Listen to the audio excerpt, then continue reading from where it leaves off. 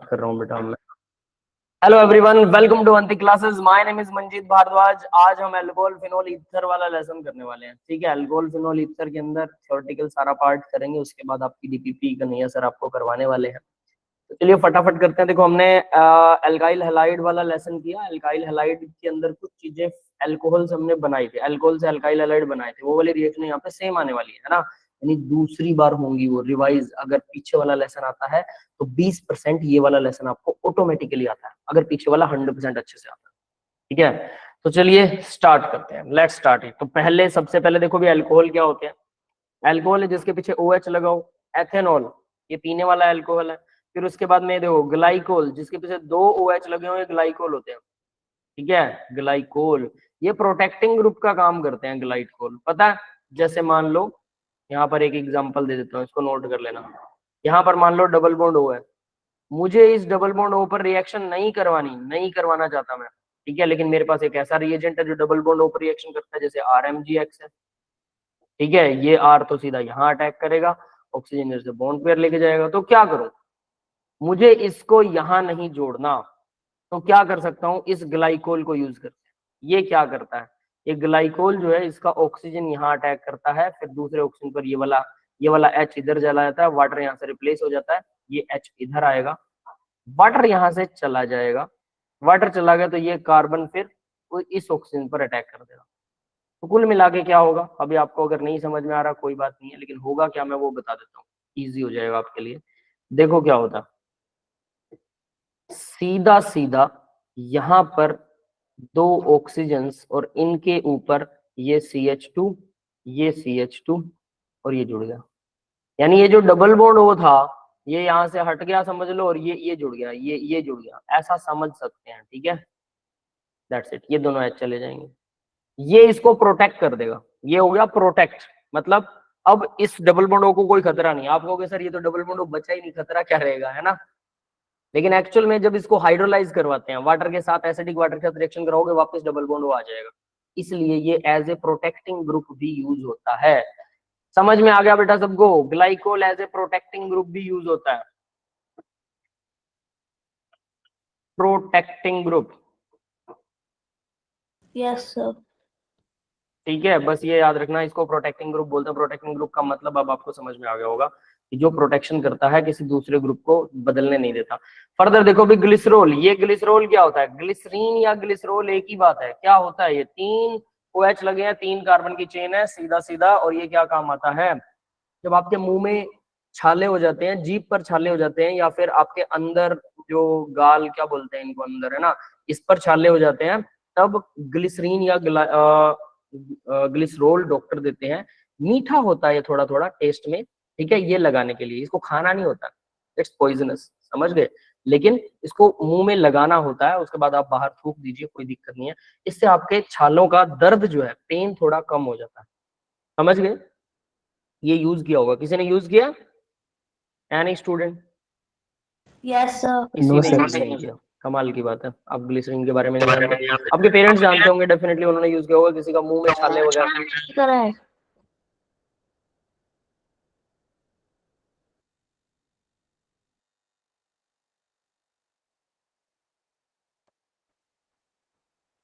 ठीक है, आवाज आ रही है मेरी सबको क्या?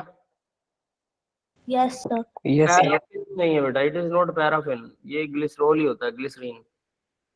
ठीक है, आगे बढ़ते हैं अब जरा। तो ये तीनों अल्कोहल होते हैं, अभी OH लगा है सबके साथ अल्कोहल। ये मोनोहाइड्रिक एक ही OH है, डाईहाइड्रिक 2 OH है, ट्राईहाइड्रिक 3 OH है। बस ये नाम होते हैं, जनरल है।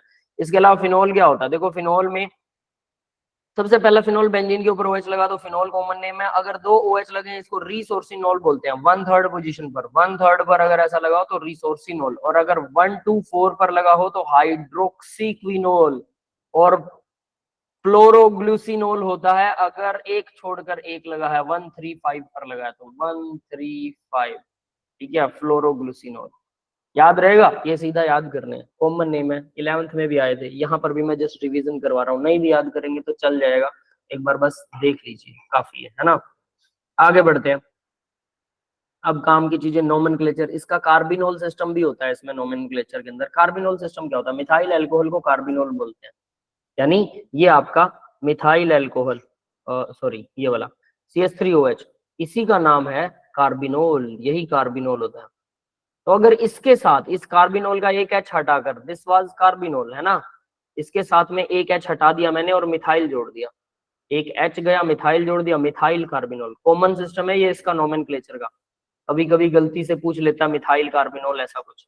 अब ये देखो ये क्या है भाई, ये कार्बिनोल था, कार्बन CH3 था, दो एच हटा दिए यहां से, इधर भी CH3 लगा दिया इधर भी, तो di methyl carbinol. Common name समझ में आया इसका, di methyl carbinol, just common name. क्या कह रहे हो बेटा? कुछ नहीं सर। ठीक है, तो ये जस्ट कॉमन नेम सिस्टम है कार्बिनोल। कभी कभी पूछ लेता है तो हल्का सा, ये मैंने ज्यादा इसकी डिटेल डाली नहीं है, डायरेक्ट कर रहे हैं हम इसको।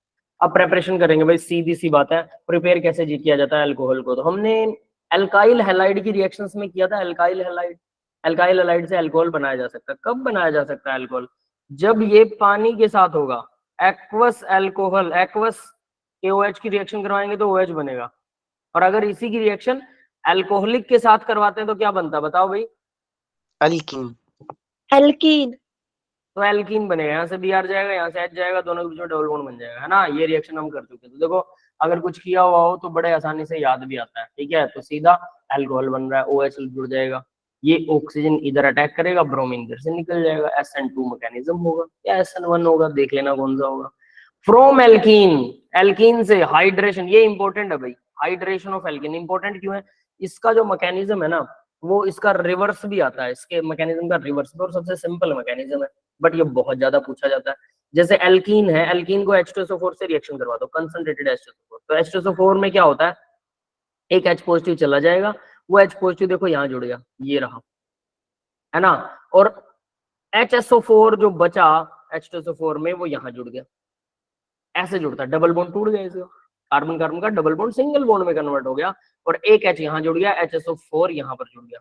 अब फर्दर जब हाइड्रोलाइसिस करते हैं पानी के साथ, पानी को बॉईल करते हैं, तो बॉईल करने पर क्या होगा, इसके साथ OH यहाँ लग जाएगा, और इस HSO4 के साथ एक H चला गया पानी का H तो चला गया, ये जो एक H है पानी का वो वाटर का है, और OH जो है वो भी वाटर का है। तो वाटर का एक OH और एक H, H2SO4 के साथ चला गया, OH अल्कोहल के साथ चला गया, और ये वाला H तो उसको एसिड से मिला था, याद रहेगा, है ना। सिंपल सिंपल है, एसिड एसिड प्लस वाटर जब जोड़ते हैं तो पहले एसिड जुड़ता है H पॉजिटिव आयन, और फिर उसके बाद में वाटर OH छोड़ के चला जाता है और H वापस H2SO4 के साथ जुड़ जाता है। क्लियर है सबको? हाँ भाई, यहां तक सबको समझ में आ गया बेटा? ठीक है, चलिए तो अब इसका मैकेनिज्म पढ़ेंगे, है ना। मैकेनिज्म बहुत इंपॉर्टेंट है इसका, चलिए मैकेनिज्म देखते हैं। तो mechanism is here,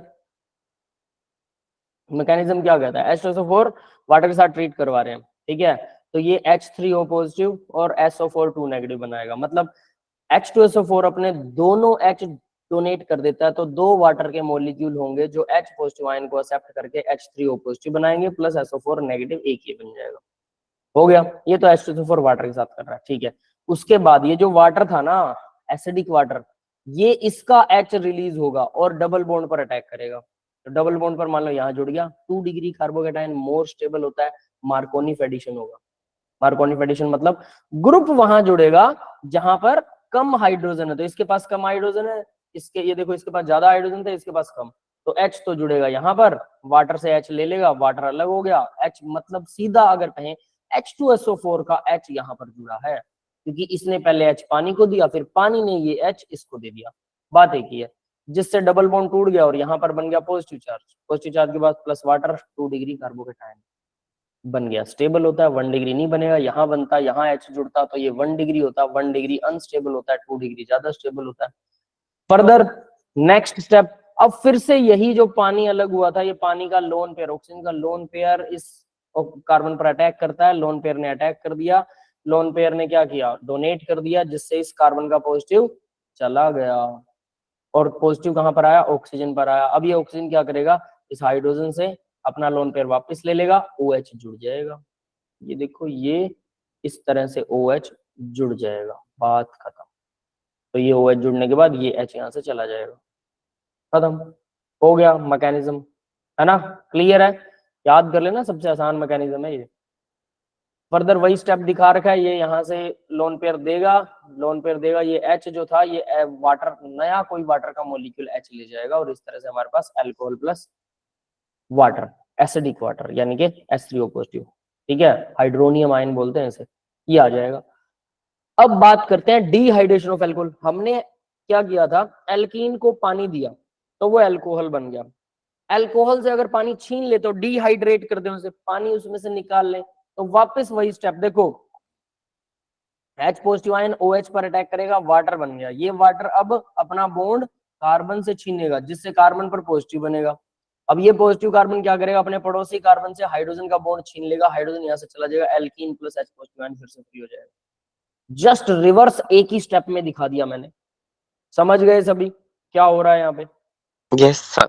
just reverse एक ही स्टेप के अंदर है, डिहाइड्रेशन ऑफ अल्कोहल और हाइड्रेशन टू एल्कीन, दोनों के दोनों मैकेनिज्म यहाँ पर कंप्लीट हो गए हैं और बड़े इंपॉर्टेंट है, बड़े कॉमन से हैं, बेसिक से हैं, ठीक है, इनके ऊपर बहुत सारे क्वेश्चंस आते हैं, जल्दी जल्दी क्वेश्चन लगाइए, एनसीईआरटी के क्वेश्चन जरूर लगाया करो भाई, याद रखना, ये लेसन कंप्लीट करने के बाद एनसीईआरटी लगाना आपका फर्ज है, डीपीपी हम लोग चलो करवा ही रहे हैं जैसे भी है। हाइड्रोबोरेशन ऑक्सीडेशन, ये भी बहुत इंपॉर्टेंट रिएक्शन है, अल्कोहल की शुरुआती रिएक्शंस में है। हाइड्रोबोरेशन में क्या होता है, वही एल्कीन को अगर पानी देते हो आप तो अल्कोहल बन जाता है, एल्कीन को पानी की जगह पर अगर बोरेन दे दे तो बोरेन, ठीक है। अब हाइड्रोबोरेशन का मतलब ये कि बाद में पानी से इसको सप्लाई करेंगे, लेकिन फिलहाल पहले बोरेन, बोरेन का मतलब है BH3, ठीक है, BH3 अकेला नहीं होता, डाइमर की फॉर्म में होता है, B2H6 की फॉर्म में रहता है, ये B2H6 की फॉर्म में रहता है, डाइमर, दो मॉलिक्यूल इकट्ठे, लेकिन हम इसको यूज करते हैं एक ही मॉलिक्यूल की तरह, BH3 यूज ऐसे करते हैं, तो यहां पर मैंने BH3 लिख रखा, BH2 और H, ठीक है, लेकिन एक्चुअल में कई जगह पर आपको पेपर में B2H6 मिलेगा, यहाँ पर B2H6 लिखा हुआ मिलेगा, ये समझाने के लिए मैं ऐसा लिख रहा हूँ, लेकिन लिखा हुआ आपको B2H6 मिलेगा, याद रख लेना, ठीक है, समझ में आया सबको ना? अब आगे देखते हैं इसको, THF, टेट्राहाइड्रोफ्यूरान, क्या होता है ये कुछ नहीं होता है, सोलवेंट होता है, जैसे पानी होता है ना सोलवेंट, वैसे ही टेट्राहाइड्रोफ्यूरान, तो 4 हाइड्रोजन रिप्लेस्ड है, इसमें फ्यूरान है ये, ठीक है।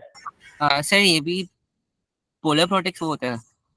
नहीं, एप्रोटिक होता है ये, प्रोटिक नहीं होता, एप्रोटिक है ना। तो अब देखिए, तो टेट्राहाइड्रोफ्यूरान, इसकी प्रेजेंस के अंदर BH3 को, बोरेन को डालते हैं हम, तो क्या होता है, देखो मैंने यहाँ कुछ नहीं किया, ये तो डबल बॉन्डेड वही एल्कीन है, बस येलो कलर से डबल बॉन्ड बना रखा और कुछ नहीं है, और यहाँ BH3 है, वही सेम टू सेम, तो दोनों को ऊपर नीचे लिख दिया, सोचो ये वाले एरो नहीं है तो दोनों ऊपर नीचे लिखे हुए हैं। अब क्या होता है, यहां से डबल बॉन्ड इधर जाता है, मतलब इस बोरोन और इसके बीच में डबल बॉन्ड बन जाएगा, ये येलो वाला, और ये वाला हाइड्रोजन वाला बॉन्ड इधर से बोरोन से कट जाएगा और इसके साथ जुड़ जाएगा, तो ये हुआ क्या, एक H जुड़ गया और इधर BH2 जुड़ा। अब BH2 ज्यादा वाले हाइड्रोजन पर जुड़ रहा है ग्रुप, तो ये एंटी मार्कोनिक एडिशन होगा, समझ में आ रहा है? BH2 देखो, BH2 ज्यादा वाले पर जुड़ा, anti Markovnikov, anti Markovnikov, yes, समझ में आया बेटा? एंटी मार्कोनिकोव रूल बनेगा ये, तो यानी ग्रुप जो हमारा जाएगा वो उस कार्बन पर जाएगा जिसके ऊपर ज्यादा हाइड्रोजन है। मार्कोनिकोव कम हाइड्रोजन वाले के पास जाने के लिए कहता है, ये ज्यादा हाइड्रोजन वाले के पास जा रहा है, ठीक है। अब देखो आगे क्या होगा, ये हो गया, फर्दर एक और ऐसा ही डबल बॉन्डेड एल्कीन आएगा और वो क्या करेगा, वो ये दो बना देंगे। देखो अब ये कैसे हुआ, ये BH2 है ना, तो अब एक और एल्कीन अगर हो, CH3CH, यहाँ डबल बॉन्ड CH2 है और ये BH को मैं यहाँ से क्या कर रहा हूँ, निकाल के और एक H को यहाँ रख रहा हूँ, तो ये वाला H तो यहाँ जुड़ जाएगा और ये वाला BH जो है वो यहाँ जुड़ जाएगा फिर से। तो हम इसको ऐसे दिखा सकते हैं कि यहाँ जुड़ता है H और इस तरफ BH जुड़ जाता है, ये BH यहाँ जुड़ गया और ये इस वाले कार्बन से भी जुड़ा हुआ है, इससे भी, और ये डबल बॉन्ड यहाँ से टूट जाएगा। मतलब दो मॉलिक्यूल जितने H हैं, BH2 के पास जितने भी H हैं, वो सारे H जो हैं वो क्या होंगे, यूज होने वाले हैं। तो ये BH2 का 2 H बचे हुए हैं, तो अभी एक H बच गया, दो ऐसे ऐसे एल्कीन के मॉलिक्यूल्स ने जोड़ दिए, फिर एक और तीसरा एल्कीन का मॉलिक्यूल आएगा, तीन ऐसे ऐसे, सेम प्रोसेस होने वाली यही वाली हर जगह पर। यस, यहां तक क्लियर है सबको? सारे हाइड्रोजन जो है वो रिप्लेस हो जाएंगे बोरोन के और एल्कीन को मिल जाएंगे, ठीक है। तो हाइड्रोबोरेशन Yes, sir. ऑक्सीडेशन कर रहे हैं, एल्कीन जो है वो अल्कोहल बनाएगी, याद रख लेना। तो ये मैकेनिज्म है उसका कुछ कुछ। तो अब नेक्स्ट स्टेप में क्या होता है, जब इसको H2O2 के साथ रिएक्शन करवाते हैं ना, तो OH, ये तीनों मॉलिक्यूल को तो OH मिल जाता है और बोरोन को क्या मिलता है, H3BO3, boric acid. Boric acid को एक और तरीके से लिखते हैं, याद है, BOH थ्राइस। एक्चुअल में इसका स्ट्रक्चर ऐसा होता है, BOH3, यानी बोरोन के चारों तरफ तीन OH जुड़े होते हैं, BOH3। क्लियर है सबको? Yes, sir. है ना, ये होता है Yes, boric sir. Acid. Boric acid मतलब इसका नाम ही बोर है, लोग बोरिक एसिड। अब इसके बाद क्या होता है भाई, चलिए नेक्स्ट देखते हैं। तो हमने यहाँ पर अल्कोहल बना लिया, यानी कि BH3 से भी, BH3 से भी आप ऐसा कर सकते हैं, BH3 प्लस, इसमें प्लस में अगर मैं H2O2 लगा दूं तो डायरेक्टली इसे मैं अल्कोहल में कन्वर्ट कर सकता हूँ, यहाँ H और यहाँ OH जुड़ जाएगा और ऐसे ऐसे तीन मॉलिक्यूल मिलेंगे। प्लस में क्या मिलेगा, बोरिक एसिड मिलेगा, H3BO3, ये प्लस में आ जाएगा, ठीक है। तो ये थी हमारी रिएक्शन, नथिंग स्पेशल, हाइड्रोबोरेशन। अब नेक्स्ट देखो, from carbonyl compound, carbonyl compound से भी अल्कोहल बनाया जा सकता है बहुत आसानी से। इनको साथ ही साथ लिखते भी रहिए ताकि आपको ज्यादा बेटरली याद हो जाए। जिसको पहले से याद है वो रिवाइज जरूर करें, हम रिवीजन ही कर रहे हैं, याद रख लेना, ये क्रैश कोर्स है, रिवीजन चल रही है, तो फटाफट रिवाइज भी कीजिए ताकि आप क्वेश्चन लगा सकें। कुछ कुछ जो आपकी वीक वाली रिएक्शंस थी ना, तो आपको याद नहीं हो रही थी, वो यहाँ पर याद कीजिए, ठीक है, वीक वाली रिएक्शंस। तो ये देखिए, CH3CHO, H2 के साथ निकल, प्लैटिनम, सोडियम और एथेनॉल, और यहाँ लिथियम एल्यूमिनियम हाइड्राइड या बोरोहाइड्राइड, इनमें से कुछ भी यूज कर सकते हो। निकल, प्लैटिनम, सोडियम और एथेनॉल के साथ, ठीक है, या निकल प्लैटिनम के साथ में सीधा हाइड्रोजन यूज कर सकते हो, ये सीधा हाइड्रोजन, या फिर आप यूज कर सकते हो सोडियम और एथेनॉल, ये भी हाइड्रोजन देता है, या फिर यूज कर सकते हो लिथियम एल्यूमिनियम हाइड्राइड या बोरोहाइड्राइड, सोडियम बोरोहाइड्राइड, इनमें से कुछ भी यूज कर लो। ये सब के सब क्या करते हैं, रिडक्शन करते हैं, पता है ना सबको, रिड्यूस करते हैं, हाइड्रोजन देके चले जाते हैं।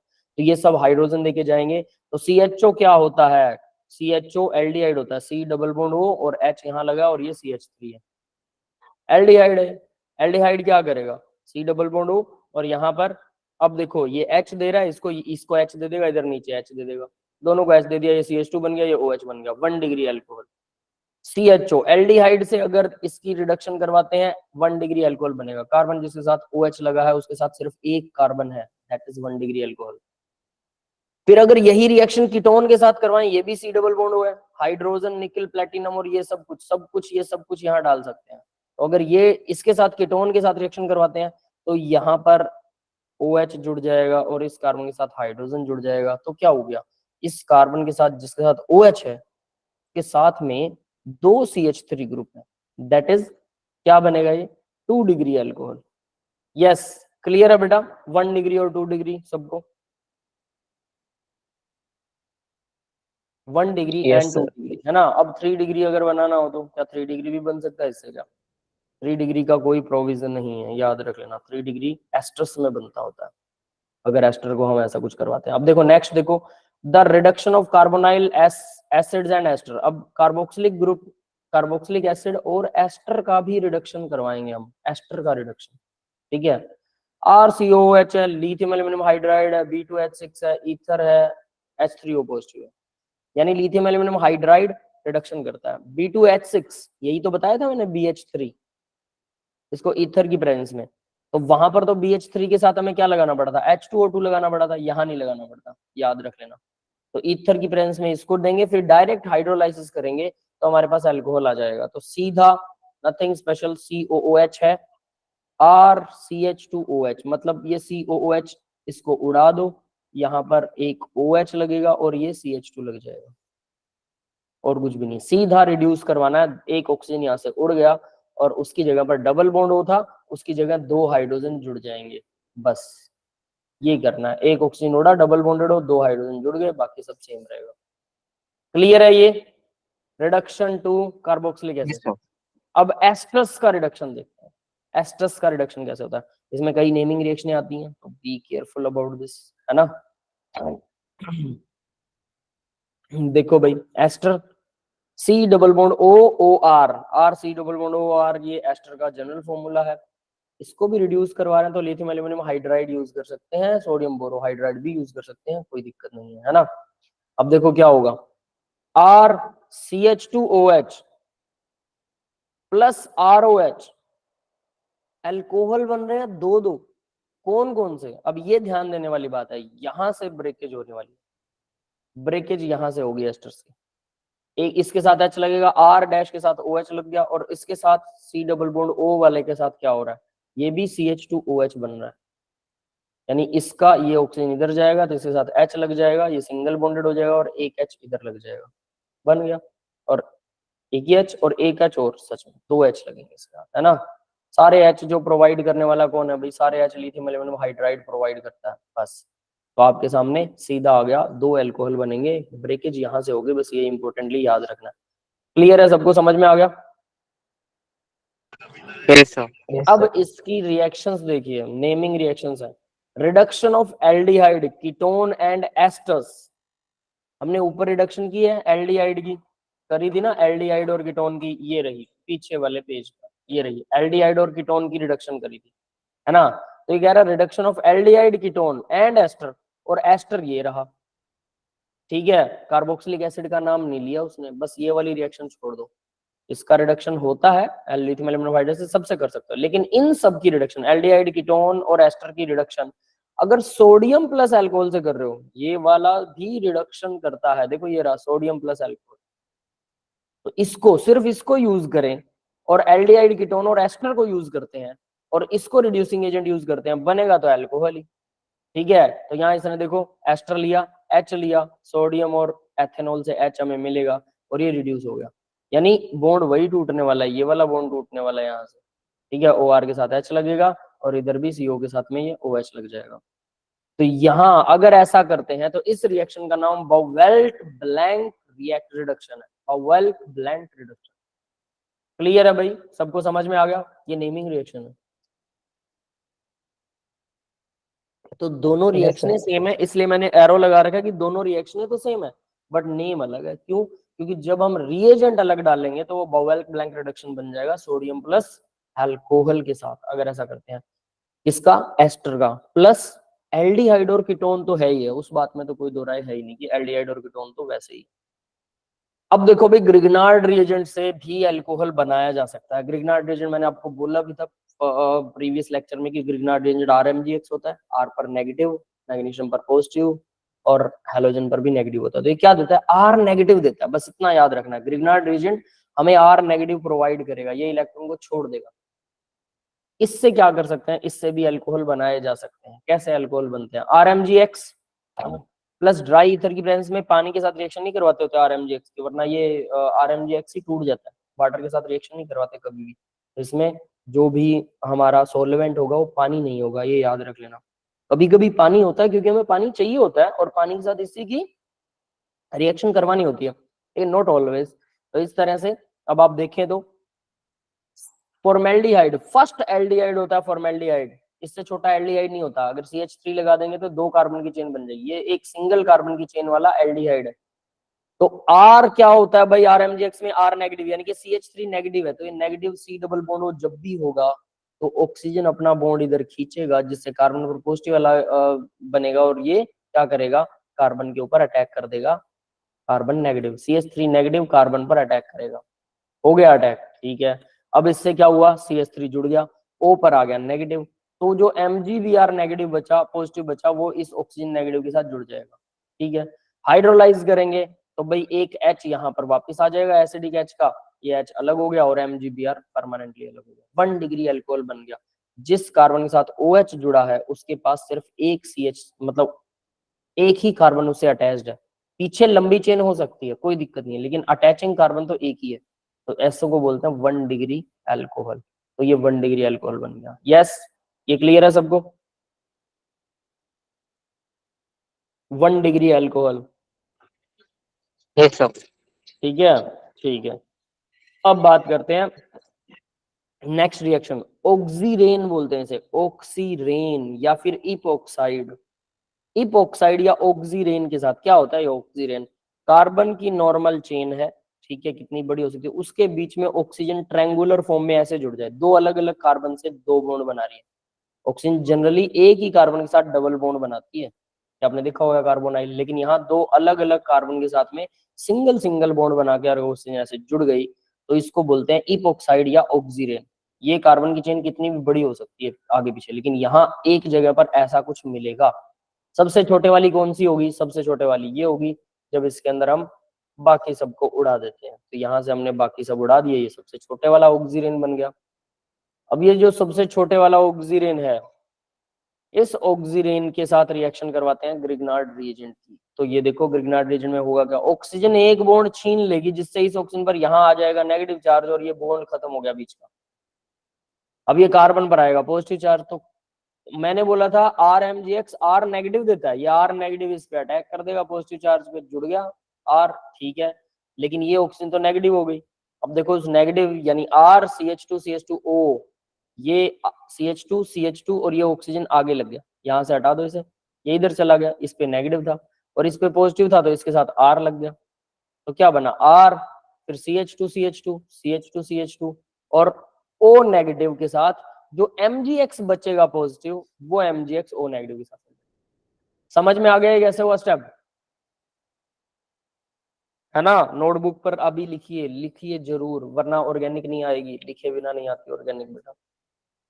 तो ये जुड़ गया। अब इसके जुड़ने के बाद क्या हो रहा है, जरा ये ध्यान देने वाली बात है कि अब ये तो जुड़ गया, अब हमने ऊपर जैसे किया था ना OMgBr अगर लगाओ तो हाइड्रोलाइसिस करवा दो, तो यहाँ भी एसिडिक हाइड्रोलाइसिस करवा देते हैं, तो सीधा सीधा ये हट जाएगा, इसके साथ H लगेगा और हमारा 1 डिग्री अल्कोहल बन गया। तो 1 डिग्री अल्कोहल ऑक्सीजन से भी बन सकता है, plus 1 degree alcohol first aldehyde से। यस तुषार बेटा बोलिए, आपकी क्या क्वेरी है?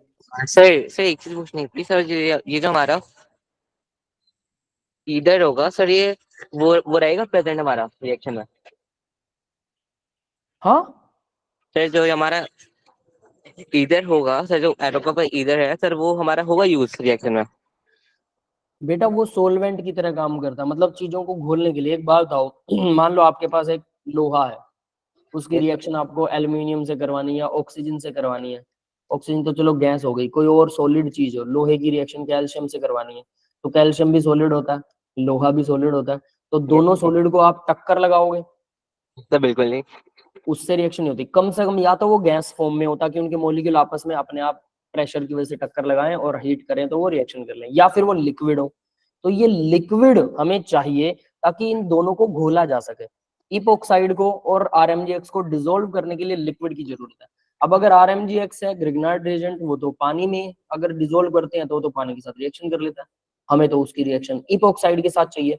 तो इसलिए हम क्या करते हैं, ग्रिग्नार्ड रिएजेंट को पानी में डिसोल्व नहीं कर सकते वरना वो पानी से रिएक्शन कर जाएगा, तो हमें कुछ और चाहिए, मीडियम, है ना? तान्या ने आंसर दिया, देखो मीडियम चाहिए हमें, लिक्विड, दोनों लिक्विड को डिसोल्व करने के लिए। आपस में ड्राई ड्राई थोड़ा डिसोल्व हो जाएंगे, तो सॉलिड सॉलिड हो मान लो, है ना? तो ये आपस में डायरेक्ट नहीं हम रिएक्ट करवा सकते हैं, इसलिए हमें मीडियम चाहिए, तो इसलिए हम ईथर को मीडियम लेते हैं, क्योंकि ईथर में दोनों चीजें डिसोल्व हो जाती है।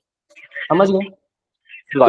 इसके बाद अल्कोहल बन जाएगा। इस अल्कोहल को ईथर में से अलग भी करना पड़ेगा, सेपरेट भी करेंगे, ऐसा नहीं कि इसमें ईथर रहेगा ही नहीं, ईथर अपने आप हवा में थोड़ा उड़ सकता है, तो उसको सेपरेट करने के लिए अलग से प्रोसेसेस होती है, तो उसमें बहुत सारे पैसा लगता है, बहुत सारा। तो कोई लिक्विड अगर बहुत महंगा आता है तो उसका रीजन ये है, उसकी प्रोसेसिंग में बहुत ज्यादा पैसा लगता है। गोल्ड महंगा आता है, एक तो कम मिलता है, दूसरा उसकी प्रोसेसिंग में बहुत पैसा लगता है, उसको साफ करना, है ना? इसलिए सोना महंगा होता है। डायमंड मिलता ही नहीं है, वो और भी रेयर होता है, इसलिए वो गोल्ड से भी महंगा होता है।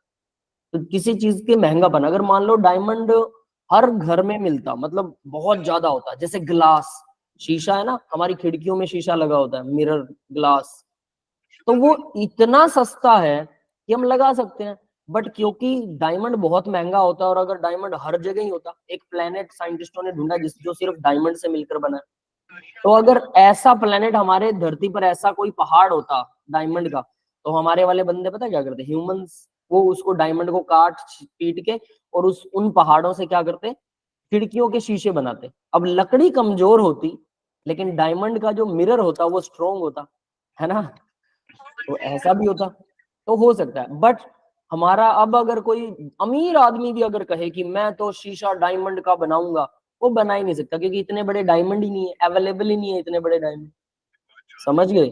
हाँ, कुछ लोग अपने वॉशरूम में, बाथरूम के अंदर जहां नहाते हैं, वो टूटी खोलने के लिए, टैप खोलने के लिए होता है ना ढक्कन सा, उसके ऊपर डायमंड लगवाते हैं, फिर उसके ऊपर एक पर्टिकुलर लाइट लगवाते हैं, तो जैसे लाइट ऑन करते हैं वो डायमंड पर गिरती है और वो बाथरूम के अंदर डिस्को डांसर बन जाता है ना।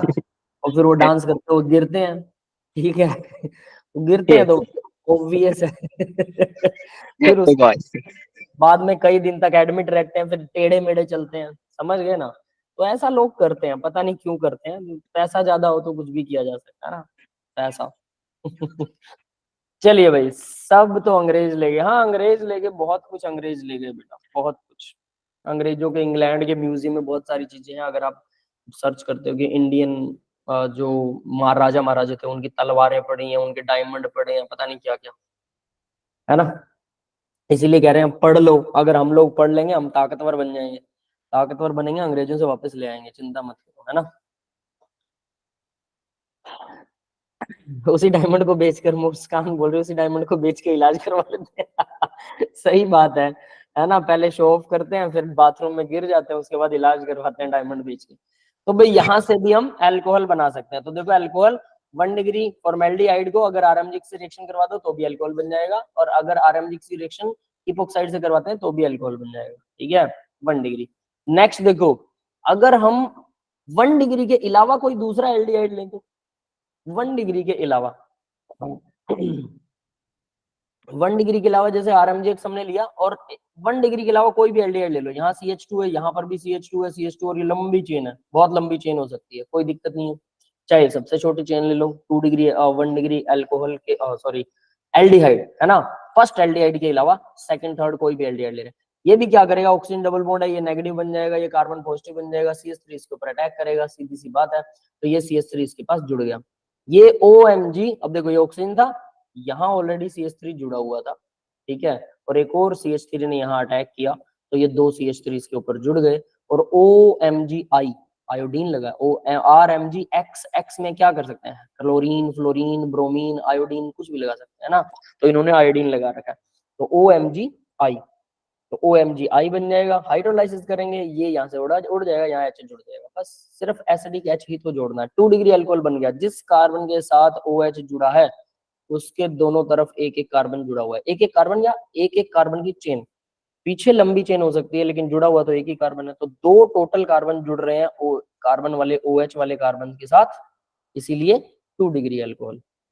अब नेक्स्ट देखो 3 डिग्री अल्कोहल, कीटोन की रिएक्शन करवाओ ग्रिग्नार्ड रिएजेंट से, तो कीटोन में भी वही होने वाला है, 2 CH3 ऑलरेडी जुड़े हैं, तीसरा CH3 हमने जोड़ दिया, ये रहा CH3 जो ग्रिग्नार्ड रिएजेंट से आया था, तो 3 CH3 जुड़ गए, और ये OMGBr जुड़ा है, यहाँ पर H जुड़ जाएगा जब हाइड्रोलाइसिस करवाओगे, तो 3 डिग्री अल्कोहल बन गया, क्योंकि जिस कार्बन के साथ OH जुड़ा है उस कार्बन के तीनों साइड अल्कोहल कार्बन की चेन है, that is why it is 3 degree alcohol. समझ में आ गया भाई, 1 डिग्री बनाना है तो पहला क्या लेना होगा, हमें एल्डिहाइड लेना होगा, लेकिन पहले एल्डिहाइड से हमें कार्बन की चेन बड़ी चाहिए हो तो 1 डिग्री अल्कोहल में वो पॉसिबल नहीं है, तो वो किसमें पॉसिबल है, ऑक्सीरेन में, ऑक्सीरेन से रिएक्शन करवा दो 1 डिग्री अल्कोहल बन सकता है, उसकी कार्बन की चेन लंबी कर देना ऑक्सीजन वाली। नेक्स्ट वाला 1 डिग्री अल्कोहल, मतलब फर्स्ट एल्डिहाइड के अलावा दूसरा कोई एल्डिहाइड लेते हो तो 2 डिग्री अल्कोहल बनता है, और अगर आप कीटोन ले रहे हो तो 3 डिग्री अल्कोहल बनता है, दैट्स इट। क्लियर है भाई, सबको समझ में आ गया। Yes, sir.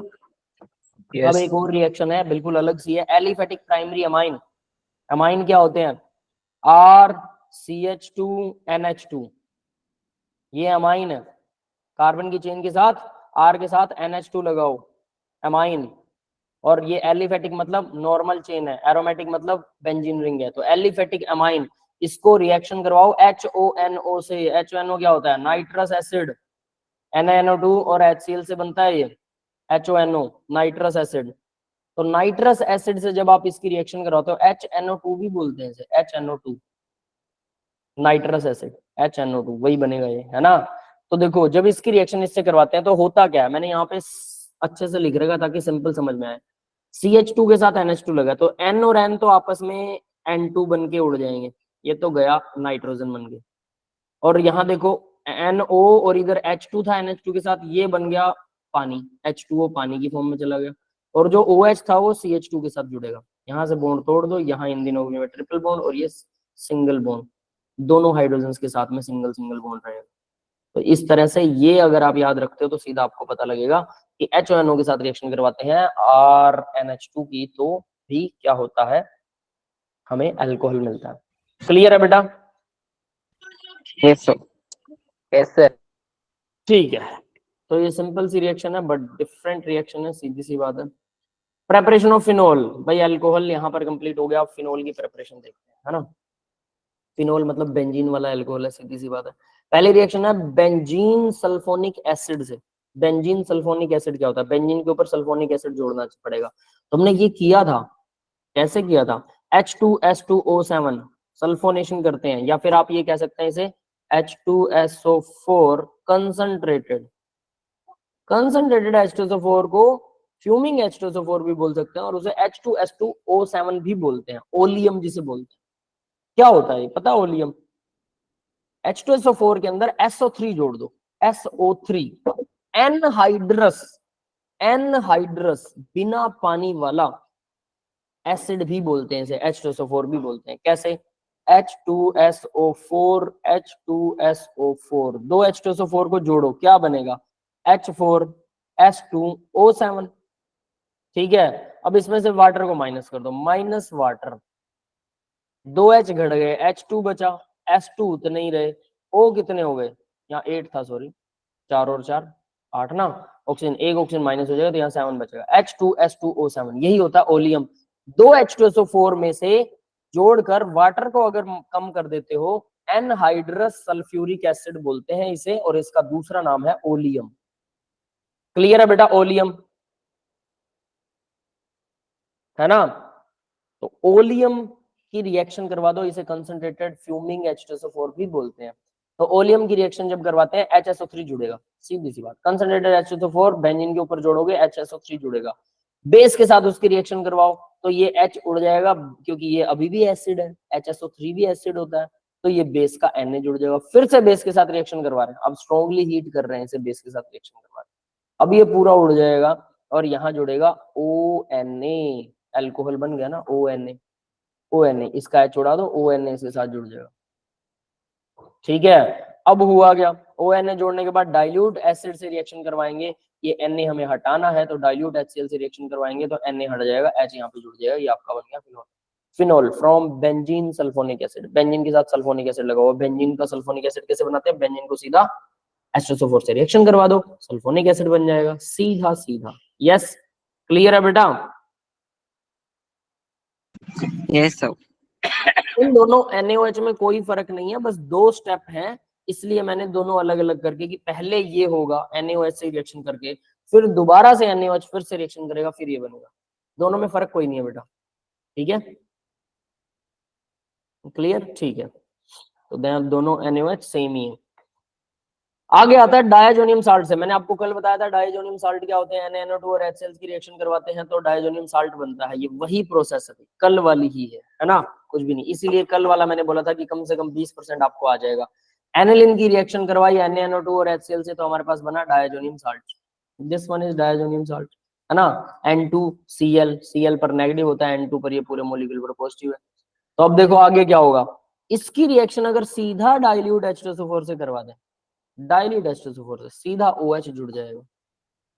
तो सबसे सिंपल है इससे रिएक्शन करवाना OH। वैसे भी हमने कल फिनोल भी इससे बनाया था ना, पानी के साथ रिएक्शन करवा के भी फिनोल इससे बना सकते, थोड़ा सा गर्म करना पड़ेगा। डाइल्यूट H2SO4 मतलब पानी ज्यादा है और H2SO4 कम है, और इससे भी OH जुड़ सकता है और फिनोल बन जाएगा।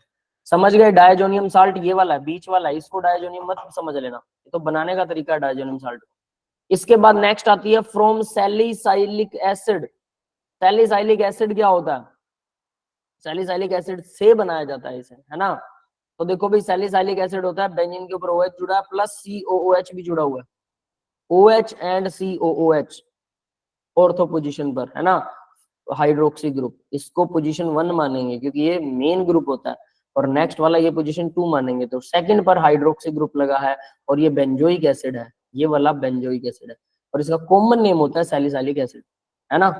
तो कॉमन नेम सैलिसाइलिक एसिड को सीधा NaOH से रिएक्शन करवा दो, डायरेक्टली ये बनेगा ONA बन जाएगा, ये कार्बन डाइऑक्साइड यहाँ से उड़ जाएगी, कार्बन डाइऑक्साइड यहाँ से चली गई, H यहाँ पर जुड़ गया, है ना, क्योंकि ये बेस था और ये फिनोल तो एसिड होता है तो इसका H चला जाएगा, यहाँ से H चला गया और Na का Na पॉजिटिव यहाँ जुड़ जाएगा। अब इसका वापस H लेके आना है, डाइल्यूट HCl से रिएक्शन करवाएंगे, फिर से इसका H वापस आ जाएगा। समझ में आ गया बेटा सबको? From salicylic acid, salicylic acid से इसे आसानी से बनाया जा सकता है। चलिए अब आगे देखते हैं next, from Grignard reagent, Grignard reagent से भी इसे भी बना सकते हैं, है ना, बट ग्रिग्नार्ड रिएजेंट कौन सा लेना पड़ेगा? RMgX, ये बेंजीन वाला, ये R है हमारा, ये MgBr ये रहा, है ना। तो ग्रिग्नार्ड रिएजेंट यानी कि कार्बन की चेन, ये R हो गया हमारा, बेंजीन रिंग कार्बन की चेन है RMgX, सीधा ऑक्सीडेशन करवा दो इसका, ऑक्सीजन विद ड्राई ईथर देते हैं, ऑक्सीजन सीधा इसके साथ जुड़ जाता है, डायरेक्टली एरियल ऑक्सीडेशन कह सकते हैं आप इसे, इसके सीधा यहाँ शूट के ऊपर ऑक्सीजन जुड़ गया, MgBr अलग हो गया। हाइड्रोलाइसिस करवाएंगे भाई, MgBr को हटाना तो सीधा आसान काम है, एसिड के साथ डाइल्यूट एसिड, आप इसे डाइल्यूट HCl भी रिएक्शन करवा सकते हैं, तो ये सीधा H यहाँ जुड़ जाएगा। समझ में आ गया बेटा? ग्रिग्नार्ड रिएजेंट से ऑक्सीजन डाल के बनाया जाता है, बस ये याद रखिएगा, ग्रिग्नार्ड रिएजेंट से ऑक्सीजन डाल के इसको बनाते हैं, ठीक है।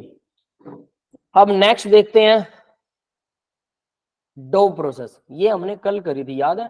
डोन को हराने के लिए क्या कुछ करना पड़ता है, तो डोन को हराने के लिए उसके साथ जबरदस्ती करते हैं, बेस के साथ pressure plus temperature, high temperature और हाई प्रेशर पर डोव प्रोसेस होती है ये, तो ये हाई टेम्परेचर हाई प्रेशर पर ONA जुड़ जाता है, डाइल्यूट एसिड से रिएक्शन कराते हैं तो फिनोल बनता है, सीधी वही रिएक्शन है ये। तो ये डोव प्रोसेस आपकी कल हो चुकी है बड़े अच्छे से, आज उसकी रिवीजन है, समझ लो।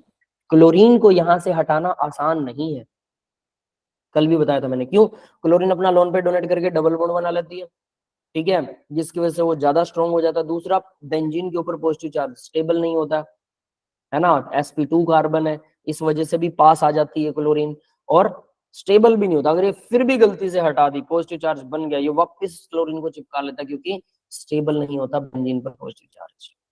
तो ये रीजंस थे जिसकी वजह से डोव प्रोसेस, डोन को हटाना मुश्किल ही नहीं नामुमकिन है, तो डोन के लिए डोव आ गया, डोव प्रोसेस हमने करके हाई प्रेशर और हाई टेम्परेचर पर 300 केल्विन टेम्परेचर था और सॉरी 300 प्रेशर था और टेम्परेचर तो 600 समथिंग केल्विन, है ना, तो 600 समथिंग केल्विन जो टेम्परेचर था और प्रेशर 300 वो था, क्या बोलते हैं 300 क्या था, mm ऑफ मर्करी, है ना, एटमॉस्फेरिक प्रेशर, तो 300 एटमॉस्फेरिक प्रेशर था, उससे ये रिएक्शन हो सकती है, तो काफी मुश्किल से होती है। अब नेक्स्ट आता है क्यूमीन, ये बड़ी इंपॉर्टेंट रिएक्शन है अभी क्यूमीन वाली, दिखने में लगता है कि ये तो कॉमन ही है, इसमें क्या खास है ना, लेकिन ये इंपॉर्टेंट रिएक्शंस के अंदर आती है। क्यों आती है इंपॉर्टेंट रिएक्शंस में? इसका कई जगह पर यूज होता है एक्चुअली। डायरेक्ट बेंजीन लो, इसे बनाना बहुत आसान है, कमर्शियली इसे ऐसे ही बनाया जाता है, इसलिए ये इंपॉर्टेंट है। डायरेक्ट बेंजीन लो, बेंजीन कहाँ से मिलती है हमें? जो पेट्रोलियम को साफ करते हैं ना, पेट्रोलियम में मिट्टी का तेल, डीजल, है ना, petrol, LPG gas, natural gas, paraffin wax, मोम जिसे बोलते हैं, मोमबत्ती बनती है मोम से, पता है, वो भी पेट्रोलियम से आता है। तो ये बहुत सारे बाई प्रोडक्ट होते हैं पेट्रोलियम के, उनमें से ये बेंजीन के डेरिवेटिव्स भी होते हैं, वहां से भी बेंजीन मिल सकता है। ठीक है भाई, समझ में आ गया? तो बेंजीन हमें, मतलब पेट्रोल तो हमें चाहिए ही चाहिए, फ्री में बेंजीन मिल रही है, पेट्रोल डीजल तो सबको चाहिए, LPG सबको चाहिए, फ्री में बेंजीन मिल रही है, तो दिक्कत क्या? ये बात समझ में आई? तो इसलिए ये तो फ्री की है। प्रोपीन, ये क्या है? एल्कीन है, एल्कीन भी हमें सस्ते में किसी और कंपनी में कुछ और काम हो रहा हो, किसी केमिकल फैक्ट्री में कोई और काम हो रहा है, सोचो, लेकिन उस काम के अंदर साथ में प्रोपीन भी बन रही है जो उनको चाहिए नहीं, तो वो लोग क्या करते हैं, प्रोपीन दूसरों को बेच देते हैं, उनका तो बाई प्रोडक्ट है, फ्री का है, उनके काम का है नहीं।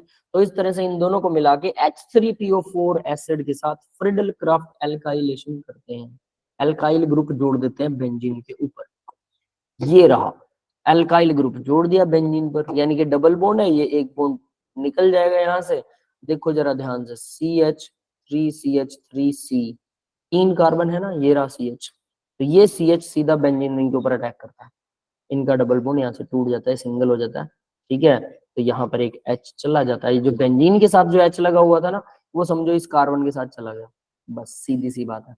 और इस तरह से हमारे पास क्यूमीन ये जुड़ जाता है। क्लियर है भाई, क्यूमीन कैसे जुड़ा, कैसे हुआ क्यूमीन? क्यूमीन की प्रेपरेशन, अब क्यूमीन की प्रेपरेशन हमने कर ली, अब क्यूमीन से फर्दर रिएक्शन करवाएंगे। क्यूमीन को भी जैसे बेंजीन का सीधा ऑक्सीडेशन करवाया था हमने RMgX के साथ में, RMg के साथ सीधा ऑक्सीजन जुड़ गई थी, वैसे क्यूमीन के साथ भी सीधा ऑक्सीडेशन जुड़ जाता है, इसे भी एरियल ऑक्सीडेशन कहते हैं। सीधा ऑक्सीजन के साथ जोड़ते हैं तो ये जो कार्बन है इसके बीच में दो ऑक्सीजन जुड़ जाती है, COO, OOH, याद रखना OOH। तो अब आप कहेंगे ये सर ये C डबल बॉन्ड O है, नहीं ये डबल बॉन्ड O नहीं होगा भाई, 2 और 1 3, नहीं ठीक है ये डबल बॉन्ड O ही होगा।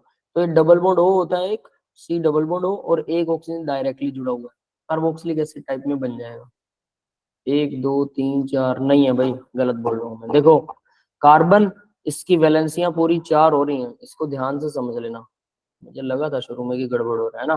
पीएच देखो इसकी वैलेंसी पूरी 4 हो गई इस कार्बन की, तो डबल बॉन्ड कैसे बना सकता है, ये ऐसा होता है COOH, सब सिंगल बॉन्डेड है, डबल बॉन्डेड नहीं है, दोनों ऑक्सीजन सिंगल बॉन्डेड होते हैं, पर ऑक्सी बॉन्ड बोलेंगे इसे। ऑक्सीजन ऑक्सीजन में अगर सिंगल बॉन्ड हो तो उसे पर ऑक्सी बॉन्ड बोलते हैं, पर ऑक्सी बॉन्ड। समझ में आ गया भाई, ऑक्सीजन ऑक्सीजन में सिंगल बॉन्ड को पर ऑक्सी बॉन्ड बोलते हैं, तो यहाँ पर ऑक्सी बॉन्ड है, और यहाँ जब पर ऑक्सी बॉन्ड होता है तो उसको उस ऑक्सीजन को हटाना बड़ा आसान होता है, यहाँ से ऑक्सीजन को रिमूव करना बहुत ईजी है, तो यहाँ ऑक्सीजन आसानी से रिमूव हो सकती है। तो इस तरह से ये इसको एरियल ऑक्सीडेशन बोलते हैं, ऑक्सीजन सीधा यहाँ आके जुड़ जाएगा, H2SO4 के साथ रिएक्शन करवाते हैं तो हमारे पास सीधा फिनोल आ जाएगा, प्लस ये जो 3 कार्बन की चेन थी ना, इसका OH यहाँ से हट जाता है, ये OH जो है वो सीधा बेंजीन के साथ जुड़ जाता है, और ये डबल बॉन्ड O जो है ये क्या बना देगा, ketone, first ketone, acetone, nail polish remover, याद है सबको? अभी नेल पॉलिश रिमूवर याद तो है। सबको याद होगा है ना। तो ये first ketone nail polish remover बनता है, प्लस फिनोल बनता है, ठीक है। तो यहाँ पर इस तरह से नेल पॉलिश रिमूवर भी हमें सस्ता अवेलेबल होता है। सोचो अगर ये बहुत महंगा होता नेल पॉलिश रिमूवर, तो पेट्रोल से साफ करना पड़ता नेल पॉलिश को, है ना। और अगर पेट्रोल से साफ करोगे नेल पॉलिश, वो अच्छे से साफ भी नहीं होती, ठीक है, बहुत जोर लगता है, ठीक है, और आग भी लगने, खैर ये एसीटोन भी फायर बहुत अच्छे से आसानी से फायर पकड़ लेता है, याद रख लेना। अगर आपको पता हो कि अगर एसीटोन में हाथ डुबो के और ऐसे हल्का सा ऐसे हाथ हवा में हिला दो, उसके बाद जो आपका लाइटर होता है ना, लाइटर, सिर्फ लाइटर भी हवा में ऐसे जो जिसको क्या बोलते हैं, गैस लाइटर, जो गैस को ऑन करने के लिए, उसको अगर हवा में ऐसे आप टिक टिक करके चला दोगे तो पूरी हवा में एकदम से बूम आग लग जाएगी, सिर में भी आग लग जाएगी, बच के रहना, ठीक है। वो रोहित कह रहा है एक्सपेरिमेंट करेंगे। सिर में भी आग लग जाएगी, कहाँ एक्सपेरिमेंट कर रहे हो, बहुत खतरनाक है ये। इसके वेपर बहुत जल्दी हवा में उड़ते हैं। एसीटोन, हाथ अंदर डुबाओ या हाथ धो लो एसीटोन से, फिर ऐसे ऐसे कर दो थोड़ी देर, आपका मतलब विद इन 10-20 सेकंड आपका हाथ ड्राई हो जाएगा, सारे वेपर हवा में, और लाइटर को जलाते ही वो वेपर जो हवा में थे वो आपके चारों तरफ आग धूम से जलाएंगे, तो जो मुंह वगैरह सब जल जाएगा, खतरनाक। एक्सपेरिमेंट सर नहीं करना। मैंने करा है बचपन में। बचपन में आग लग गई थी? सर जान के खुद से करा था। चलो ठीक है, बच के रहना भी अच्छी चीज नहीं है, ये बहुत ज्यादा फायर लग जाती है इससे, है मैंने ना। तो सैनिटाइजर डाला, मेरे पूरे हाथ पे से वो होता है ना फायर लगने वाला, वो वाला चीज कर लिया। वैसा होता है बिल्कुल, ये खतरनाक एक्सपेरिमेंट है, मत करना, मैं तो सीधी सलाह दूंगा, है ना। रोहित वो विवेक कह रहा हम रोहित से मिल नहीं पाएंगे बाद में, है ना। नेल पेंट, नेल पेंट लकड़ी पर जला के, हाँ नेल पेंट में आग लग जाती है, बिल्कुल मुस्कान बेटा, लकड़ी पर डाल सर सकते हो मैंने उसमें। क्या है ना, पानी में डाल के नेल पॉइंट को आग लगा दिया था। हाँ उसमें भी लग जाती है, देखो सबने एक्सपेरिमेंट कर रखे हैं, सारे साइंटिस्ट बैठे हैं हमारे पास, है ना, क्या बात है। बिल्कुल ऐसा कर सकते हैं, बिल्कुल भाई। आप पानी में डाल दो नेल पेंट उसको, नेल पॉलिश रिमूवर को पानी में डाल के, और फिर आग लगाओ उसको माचिस से, पानी के अंदर आग लग जाएगी, बिल्कुल लग जाएगी, है ना। सर जादू दिखाते थे। हाँ जादू जैसा है ये, बिल्कुल के पानी में आग हम आपको लगा के दिया, वो ऊपर लेयर बन जाती है और फिर पानी में आग लग जाती है, बिल्कुल लग जाती है। और ये सब एक्सपायर ये वाला कर सकते हो, बी केयरफुल, बट थोड़ा खुले में करना कि भागने की जगह हो, है ना। सिर्फ भागने की जगह। सही बात है, अगर ज्यादा लग गई तो भागने की जगह होनी चाहिए ना, है ना। मैं देखो केमिस्ट्री लैब में जनरली ऐसे एक्सपेरिमेंट होते हैं और जनरली धमाके हो जाते हैं या आग लग जाती है, ठीक है। मैम ना बच्चों को एक बार बीएससी में, बच्चों ने 11 12th में नहीं देखी होती चीजें, उनके स्कूलों में इतनी अवेलेबिलिटी नहीं होती लैब की, है ना। तो बच्चों ने बीएससी के अंदर मेरे को बोला सर हमें पता है कि सोडियम में आग लगती है लेकिन हमने कभी देखी नहीं। तो मैंने कहा ठीक है हम दिखाते हैं आपको। तो मैंने थोड़ा सा सोडियम दिया और लिया और पानी में डाल दिया, ठीक है। अब उसमें आग नहीं लगी, वो सुर करके बुझ गया। मैंने थोड़ा सा और लिया और वो फिर से पानी में डाला, वो फिर से सुर करके बुझ गया, उसमें आग ही नहीं लगी। तो बच्चे कहते कहते सर ये तो लग ही नहीं रही। मैं कहा यार ये तो गलत बात है। मैंने थोड़ा बड़ा सर वो कभी कभी वो हो जाता है, क्या कहते हैं, ऑक्सीडाइज हो जाता है। तो सर जो मेरे सुनो, स्कूल में हुआ था ना एक्सपेरिमेंट, सर उस पे पहले साइन पेपर मारते हैं देन उसको करते हैं पानी में। स्कूल में देखो निशांत ने सैनिटाइजर हाथ में लेके आग लगा दी। तो सुनो तो सही, मैंने क्या किया, थोड़ा बड़ा टुकड़ा ले लिया इस बार, ठीक है, और बड़ा टुकड़ा लेके और पानी में डाल दिया। अब जो मेरे पास उससे भी बड़ा, इतना बड़ा टुकड़ा था एक चाइना डिश के अंदर, जिसमें से मैं काट काट के पानी में डाल रहा था, ठीक है, वो भी वहीं पड़ा था। पानी का एक बड़ा सारा मग पड़ा था। तो हुआ क्या, मैंने वो बड़ा टुकड़ा डाला, वो मैंने कहा पीछे हट जाना सभी, तो सब पीछे हट गए। सुर करके बहुत जोर से आग लगी उसमें और ब्लास्ट हुआ, धुड़ुम। ब्लास्ट होते जो बीकर था पानी वाला बड़े वाला, वो टूट गया। उसके टूटने पर उसके साइड में जो चाइना डिश में बड़े वाला टुकड़ा पड़ा था NaO सोडियम का, उसके अंदर पानी चला गया बिखर के। अब उसमें आग लग गई। अब मैंने बच्चों को बोला भाग जाओ सब।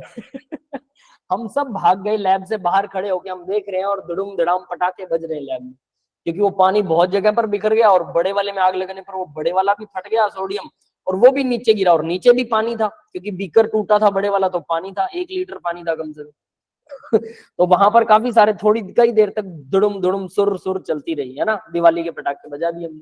हम सब बाहर खड़े थे। तो बच्चे होते हैं ना, शरारती होते हैं, वो जाके उन्होंने बता दिया प्रिंसिपल सर को कि सर केमिस्ट्री लैब वाले सर ने तो केमिस्ट्री लैब में आग लगा दी। फिर मेरे को प्रिंसिपल ने बुलाया, है ना। फिर हमने बात की, मैंने कहा सर देखो लग जाती आग, ऐसी कोई बात नहीं, लेकिन आपकी लैब में ना फायर एक्सटिंग्विशर वगैरह कुछ है नहीं। कहते बच्चों को कोई नुकसान हुआ? मैंने कहा नहीं, एक मेज जल गया, ठीक है, आसपास की 2 4 चीजें जल गई लैब की, लेकिन मैं कहा हम सब बाहर थे सर, हम दिवाली के पटाखे दूर से देख रहे थे। समझ गए? तो ऐसा होता है, बी केयरफुल, इसलिए कह रहा हूँ। मैंने एक बार H2SO4 मिलाया था, एक बच्चे को MSc में टीच कर रहा था, तो लास्ट टाइम चल रहा था बस, उन्होंने बोला सर सोल्व नहीं हो रहा है, मतलब कुछ बन नहीं रहा है, मैं एक्सपेरिमेंट करवा रहा था, कहते सर रिजल्ट नहीं आ रहा। तो मैंने टेस्ट ट्यूब में फटाफट मिक्स किया, मिक्सचर को हिलाया, उसके बाद फटाफट H2SO4 डाला। अब H2SO4 ऐसे हमेशा टेस्ट ट्यूब को सामने इस तरफ दीवार की तरफ करके पकड़ना चाहिए। अब मुझसे बच्चे 10 फुट दूर खड़े होते हैं, मैं हमेशा बच्चों को बोलता हूँ दूर खड़े हो, ये एक्सपेरिमेंट ठीक नहीं होते कई बार। अब वो सामने एक लड़की खड़ी थी, MSc फाइनल ईयर में थी वो लड़की, उसमें से स्प्लैश उठा, सीधा उसकी आंख में चला गया, सीधा आंख में। आधे घंटे तक उसकी आंख में पानी डालते रहे हम, फिर उसको डॉक्टर के पास भेजा, वो बच गई उसकी आंख, क्योंकि उसके व्हाइट वाले पोर्शन पर गिरा था। अगर वो ब्लैक वाले पोर्शन पर गिरता तो यहाँ कॉर्निया की लेयर होती है, वो खत्म तो अंधा, इंसान तभी अंधा हो जाता है। तो आप सोच सकते हैं कितना खतरनाक। उसके बाद मैंने लैब में गोगल्स लगाए बिना एंट्री बैन कर दी, ठीक है। इसलिए कहते हैं लैब में सेफ्टी ग्लासेस लगने चाहिए, ठीक है, लेकिन बच्चे लगाते नहीं, वो कहते हैं सर क्या होता है क्या होता है। मैं कहा अब देख लिया क्या होता है, 10 फीट दूर खड़ी थी वो लड़की, देख लो, आप सोच लो। निशांत उस दिन बाय स्पेलिंग गलत है ये बोलकर भाग गया था। चलो ठीक है, आगे बढ़ते हैं बेटा, अब है ना। तो ये अब आपको समझ में आ गया होगा, एरियल ऑक्सीडेशन, एसीटोन बनता है प्लस फिनोल बनता है भाई। आगे बढ़ते हैं, next see the next, chemical reaction of alcohol. Alcohol और फिनोल के अब केमिकल रिएक्शंस देखने वाले हम, ठीक है। केमिकल रिएक्शंस में क्या क्या होता है भाई, जो हमने अल्कोहल फिनोल बनाना सीख लिया, अब जस्ट उसका उल्टा कुछ कुछ करने वाले हैं केमिकल रिएक्शंस का, ठीक है। जैसे alcohol are weaker acid than water, पानी से ये एसिडिक होते हैं अल्कोहल, लेकिन पानी से कम एसिडिक होते हैं। अब आप कहेंगे पानी का pH 7 है, उससे कम वाले तो क्या होंगे, बेस हो जाएंगे।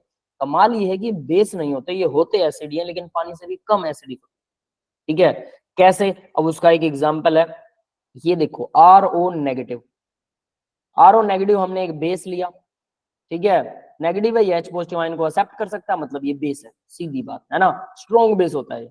अब इसकी रिएक्शन करवा दी हमने पानी से, H2O है, देखो ये H2O, ये एसिड का काम करेगा, तो ये क्या करेगा, RO नेगेटिव H ले लेगा और बनाएगा अल्कोहल, प्लस OH नेगेटिव अलग हो जाएगा इसमें से, OH नेगेटिव अलग हो गया, ये बन गया बेस। हमें पता NaOH में OH नेगेटिव बेस का काम करता है ना, तो ये बेस बन गया और वो क्या है, वो अल्कोहल, वो एसिड से रिएक्शन करी, तो वाटर एसिड था, RO नेगेटिव बेस था, उसने alcohol plus OH negative base बना दिया। तो देखो एसिड से जो बनता है, एसिड का H पॉजिटिव आयन जिसके पास जाएगा वो कंजुगेट एसिड होता है। याद रख लेना, ये रिएक्शन बहुत इंपॉर्टेंट है, ये उसमें भी काम आती है इक्विलिब्रियम में। एसिड का H पॉजिटिव आयन जिसके पास जाएगा वो कंजुगेट एसिड होता है। तो यहाँ में कंजुगेट एसिड मिल गया ROH, alcohol is a conjugate acid. तो एसिड अगर, अब देखो ये रिएक्शन फॉरवर्ड में इस तरफ जा रही है, हमें पता है ये इस तरफ जाती है रिएक्शन, वी नो दिस। तो अगर रिएक्शन इस तरफ जा रही है तो अल्कोहल बन रहा है जो कि कंजुगेट एसिड है, तो एसिड से कंजुगेट एसिड हमेशा वीक होता है, इसलिए मैंने यहाँ पे वीक लिखा हुआ है। एसिड का जो कंजुगेट एसिड बनता है इट इज ऑलवेज वीकर, ये हमेशा ही वीक होता है। अब ये हमें पता है, इसका मतलब अल्कोहल वीक है और पानी स्ट्रॉन्ग एसिड था, alcohol is weaker acid than water, ये प्रूव करती है। दूसरा RO negative, RO negative, alcohol अगर H पॉजिटिव आयन छोड़ दे तो जो बेस बनेगा ना RO नेगेटिव, वो स्ट्रॉन्ग एसिड होता है as compare to NaOH। NaOH तो अकेला OH देता है।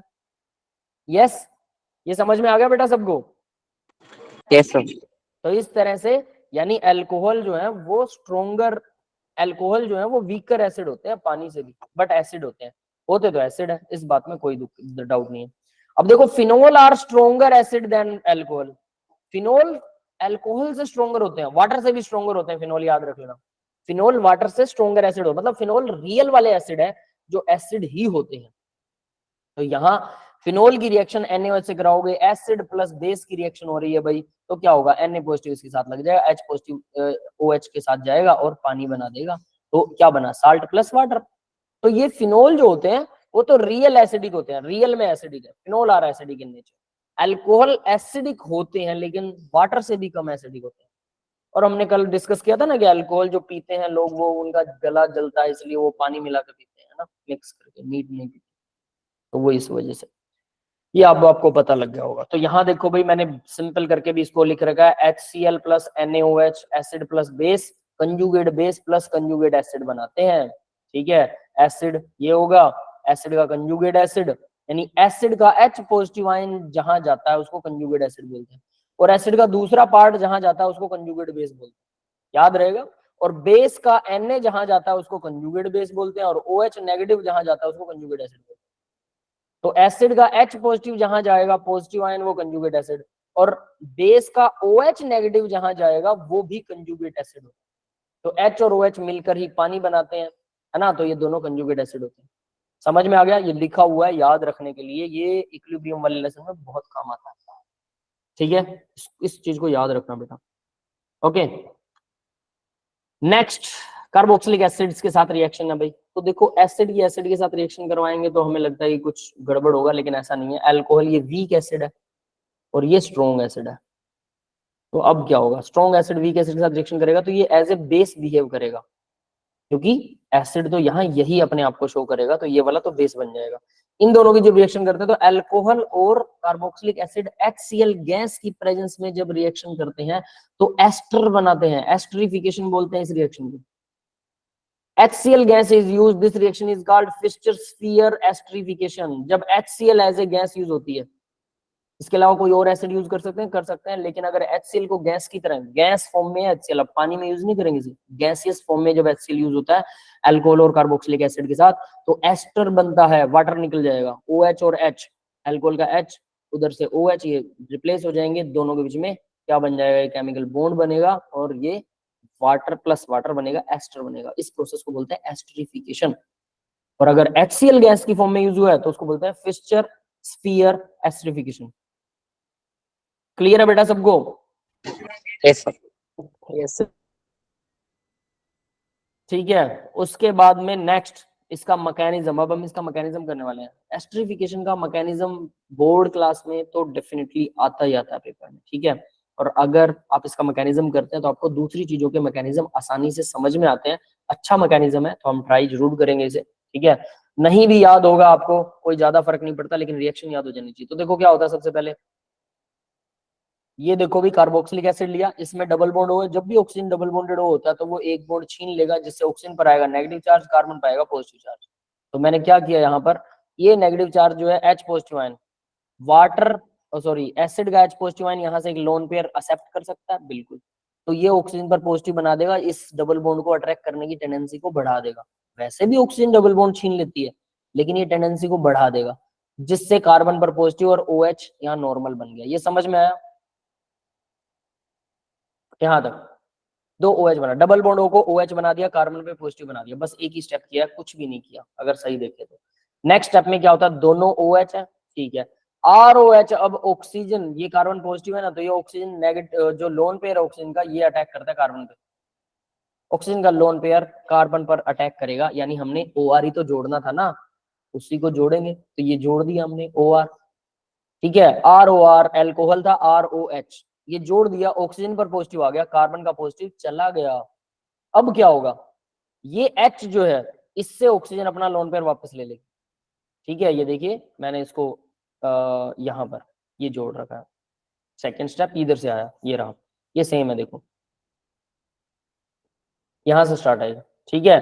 तो ROH जोड़ रखा था, H से ही अपना लोन पेयर वापस ले लिया। तो ये जो H था ना, अब यहां देखने वाली बात है, ये जो H था, ये दो OH लगे हुए थे, देखो दोनों तरफ दो OH लगे हुए थे, तो किसी एक OH को ये अपना लोन पेयर वापस दे देगा।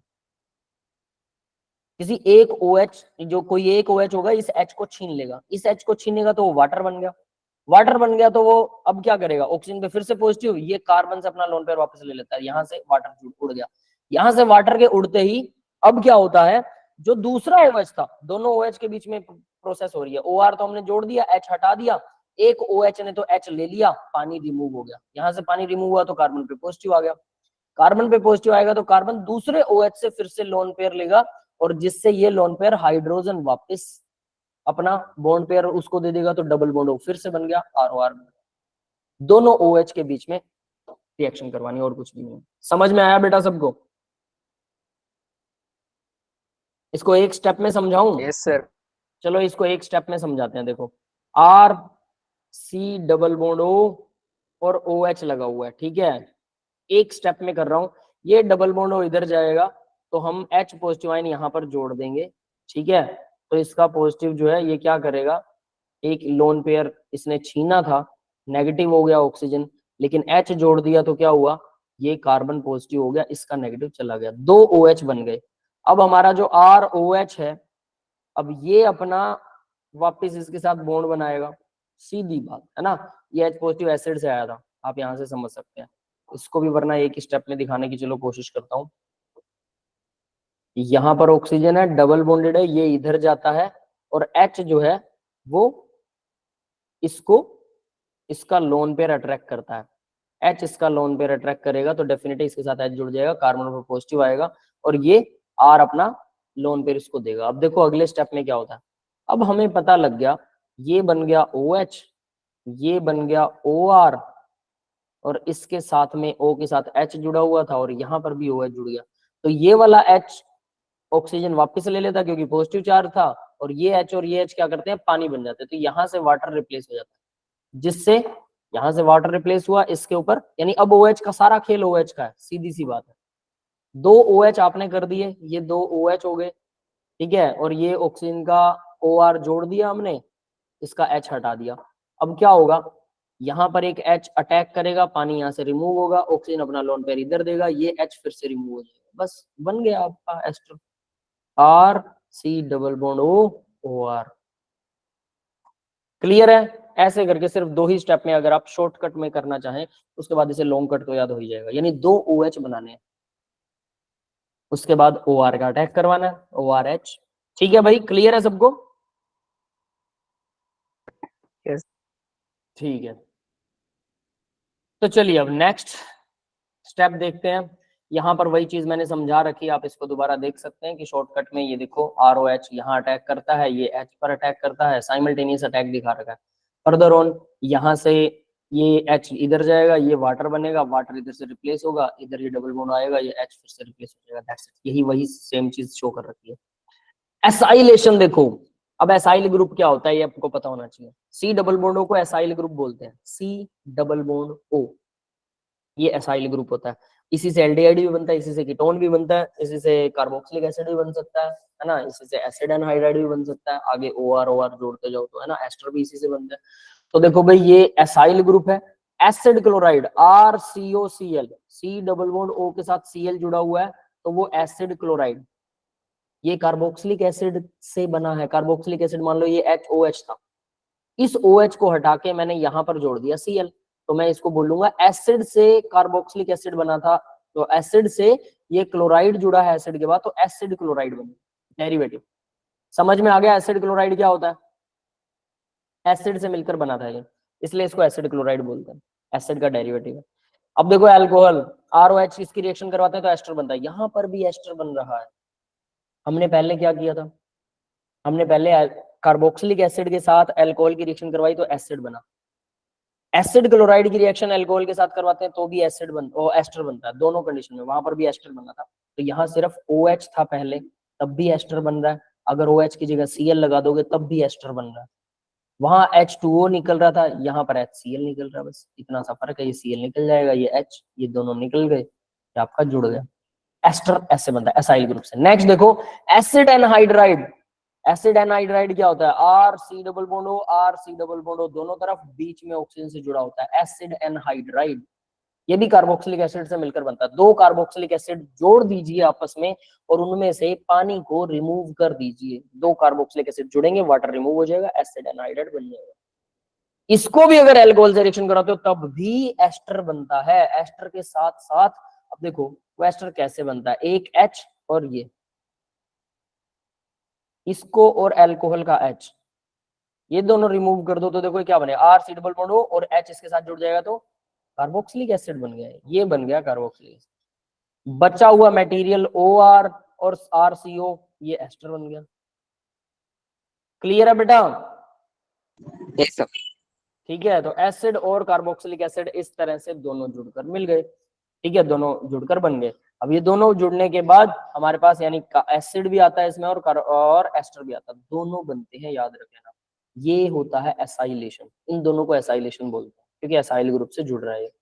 ठीक है, अब एसिटाइलेशन देखो क्या होता है अभी। एसिटाइलेशन, एसिटाइलेशन और एसाइलेशन में डिफरेंस है, ये ध्यान दे लेना दोनों के अंदर। यहाँ क्या क्या हो रहा है, RCO ग्रुप जुड़ रहा है, RCO ग्रुप OR के साथ, यहाँ पर भी RCO ग्रुप OR के साथ जुड़ रहा है। ठीक है, एसाइल ग्रुप जुड़ रहा है, एसाइलेशन। R क्या है हमें नहीं पता, R कितनी भी लंबी चेन हो सकती है। ठीक है, तो एसाइल हम कह रहे हैं कि एसाइल ग्रुप मेन है, हमें तो एसाइल ग्रुप से मतलब है। लेकिन अगर R को मैं स्पेसिफाई कर दूं, ये RCO ही तो है, लेकिन R को अगर मैंने CH3 कर दिया RCO, अब ये RCO क्या करेगा, ये HCl तो चला जाएगा, ये इसके साथ जुड़ेगा OR, तो मेरे पास एस्टर बन गया प्लस HCl। पीछे वाली रिएक्शन है सेम, बस एग्जांपल दे रखा है, समझ में आ रही है? और इस एग्जांपल में अगर इथेनॉइल क्लोराइड हो, यानी कि 2 कार्बन की चेन वाला क्लोराइड हो, तो उसको एसिटाइलेशन बोलते हैं, क्योंकि एसिटाइलीन गैस होती है 2 कार्बन वाली, है ना। एसिटाइलीन, कार्बन कार्बन में ट्रिपल बॉन्ड CH, वो वाली गैस, तो ये एसिटाइलीन के डेरिवेटिव्स हैं, इसलिए एसिटाइलीन से मिलकर बनते, इसलिए इसको एसिटाइलेशन बोलते हैं इस प्रोसेस को। यानी पीछे वाला ही एग्जांपल है, ध्यान दे लेना, एसाइलेशन ही हो रहा है, लेकिन एसाइलेशन अगर ये CH3 हो, ये कुछ भी हो, इस R से हमें कोई लेना देना नहीं, ये CH3 हो तो उसको क्या बोल देंगे, एसिटाइलेशन। ये CH3 है देखो, तो ये एसिटाइलेशन हो गया। Same as it is acetic anhydride में यहाँ R लगा हुआ था पहले, R की जगह अगर मैं CH3 जोड़ दूं तो ये 2 कार्बन की चेन वाला बनेगा, तो इसमें से यहां से ब्रेकेज होने वाली है, यहां से टूटेगा ना, यहां से टूट गया तो ये जुड़ेगा हमारे एस्टर के साथ, ये C2H5O है, C2H5O ये रहा, है ना, और ये हमारा CH3CO, तो ये एस्टर के साथ जुड़ गया। तो ये वाला हिस्सा इसी प्रोसेस को बोलते हैं एसिटाइलेशन, क्योंकि यहाँ आर की जगह बस कार्बन की चेन स्पेसिफाइड होगी। दोनों ऊपर वाला एसाइलेशन और एसिटाइलेशन सेम ही चीज है। एसाइलेशन एसिटाइलेशन एसाइलेशन का एक पार्ट है, यानी कार्बन की चेन आर की जगह अगर आप CH3 रखते हैं तो उसको एसिटाइलेशन बोलेंगे, उसके अलावा कोई लंबी बड़ी छोटी चेन कोई भी रखेंगे तो वो एसाइलेशन होगा। समझ में आया दोनों का डिफरेंस? पाइरिडाइन क्या होता है? ओके, भगवती पूछ रही पाइरिडाइन क्या होता है। पाइरिडाइन बेटा बेस की तरह काम करता है। पाइरिडाइन आपने देखा होगा, बेंजीन रिंग है, उसमें एक कार्बन को हटा के, कार्बन और हाइड्रोजन दोनों को हटा के या नाइट्रोजन जोड़ देते हैं, ठीक है, double bond double bond double bond, this one is pyridine. Clear है? बेस है ये और एज ए इसके अंदर एज ए सोलवेंट काम करेगा, ठीक है, ठीक है। बेंजीन के नीचे नहीं बेटा, कहीं भी लगा सकते हो। विवेक बोल रहा है बेंजीन के नीचे लगाते हैं, देखो बेंजीन एक गोल मॉलिक्यूल है, कहीं भी लगा दो, बट दिखाते जनरली नीचे है, समझ गए? तो नीचे मत बोलो, ये सही नहीं होगा, है ना। देखो ऐसा है, ये इस तरह से आप यहां भी लगा सकते हो, कोई दिक्कत नहीं है, और इस तरह से वही 3 डबल बॉन्ड बनाने आपको। ये भी पाइरिडाइन है, इसको अगर मैं थोड़ा सा घुमा दूं तो ये यही बन जाएगा ना, इसको उठा के थोड़ा इस तरफ घुमा दिया, है तो चारों तरफ से एक जैसा, तो नीचे बोलना ठीक नहीं है, ठीक है। ये एक पता नहीं बहुत बड़ी कंफ्यूजन है। मेरे पास कुछ बच्चे पढ़ते थे तो उनके टीचर ने बताया कि सर पाइरिडाइन में एन, उन्होंने भी ऐसा कुछ पूछ लिया उनके टीचर से कि पाइरिडाइन में एन नीचे ही क्यों लगाता है, साइड में नहीं लगा सकते? तो साइड में लगाए ना, कोई और मॉलिक्यूल बन जाएगा, ये कार्बन वही, नंबर ऑफ नाइट्रोजन वही, हाइड्रोजन वही, है ना, मॉलिक्यूल घूम तो सकता है यार। पता नहीं उनके टीचर को समझ में क्यों नहीं आया, वो मुझसे बच्चे बहस करने लगे, अरे हमारे टीचर ने ऐसे बताया, ये तो नहीं है, ये तो ऐसे हो जाएगा। फिर मैंने उनको थोड़ा ओरिएंटेशन बताया, फिर मैंने कहा कोई बात नहीं, वो टीचर ने शायद दिमाग में कुछ और सोच लिया, है ना। ठीक है,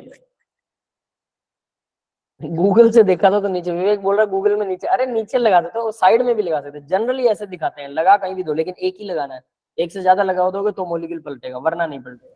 सर ऊपर भी लगा सकते हैं फिर तो। हाँ ऊपर भी, यहाँ लगा दो, ये लो, अरे ये मॉलिक्यूल घुमाना है बेटा, आप इसको यहाँ घुमा नहीं सकते क्या? सोचो 3D में सोच के देखो, आपके पास मॉलिक्यूल है, उसे ऐसे ऐसे उल्टा करके नहीं देख सकते क्या? ये पेन है, इसको मैं ऐसे नहीं देख सकता, अब ये पेन बदल गया क्या? इसकी नोब ऊपर आ गई, है ना, तो पेन बदल गया, पेन तो वही रहेगा, तो मॉलिक्यूल आप ऊपर लगा दो, क्या दिक्कत है? कहीं पर भी लगाओ, बस बेंजीन में एक कार्बन और हाइड्रोजन को हटाकर उसके बाद में क्या लगाना है, एक कार्बन और हाइड्रोजन को हटाकर उसके साथ में नाइट्रोजन लगा दो, बस। तो इसका फॉर्मूला होता है C6 नहीं रहेंगे, सॉरी, C5 H5 और N, ये होता है पाइरिडीन का फॉर्मूला। ये दोनों पाइरिडीन ही है बेटा, कोई फर्क नहीं है दोनों में, ठीक है।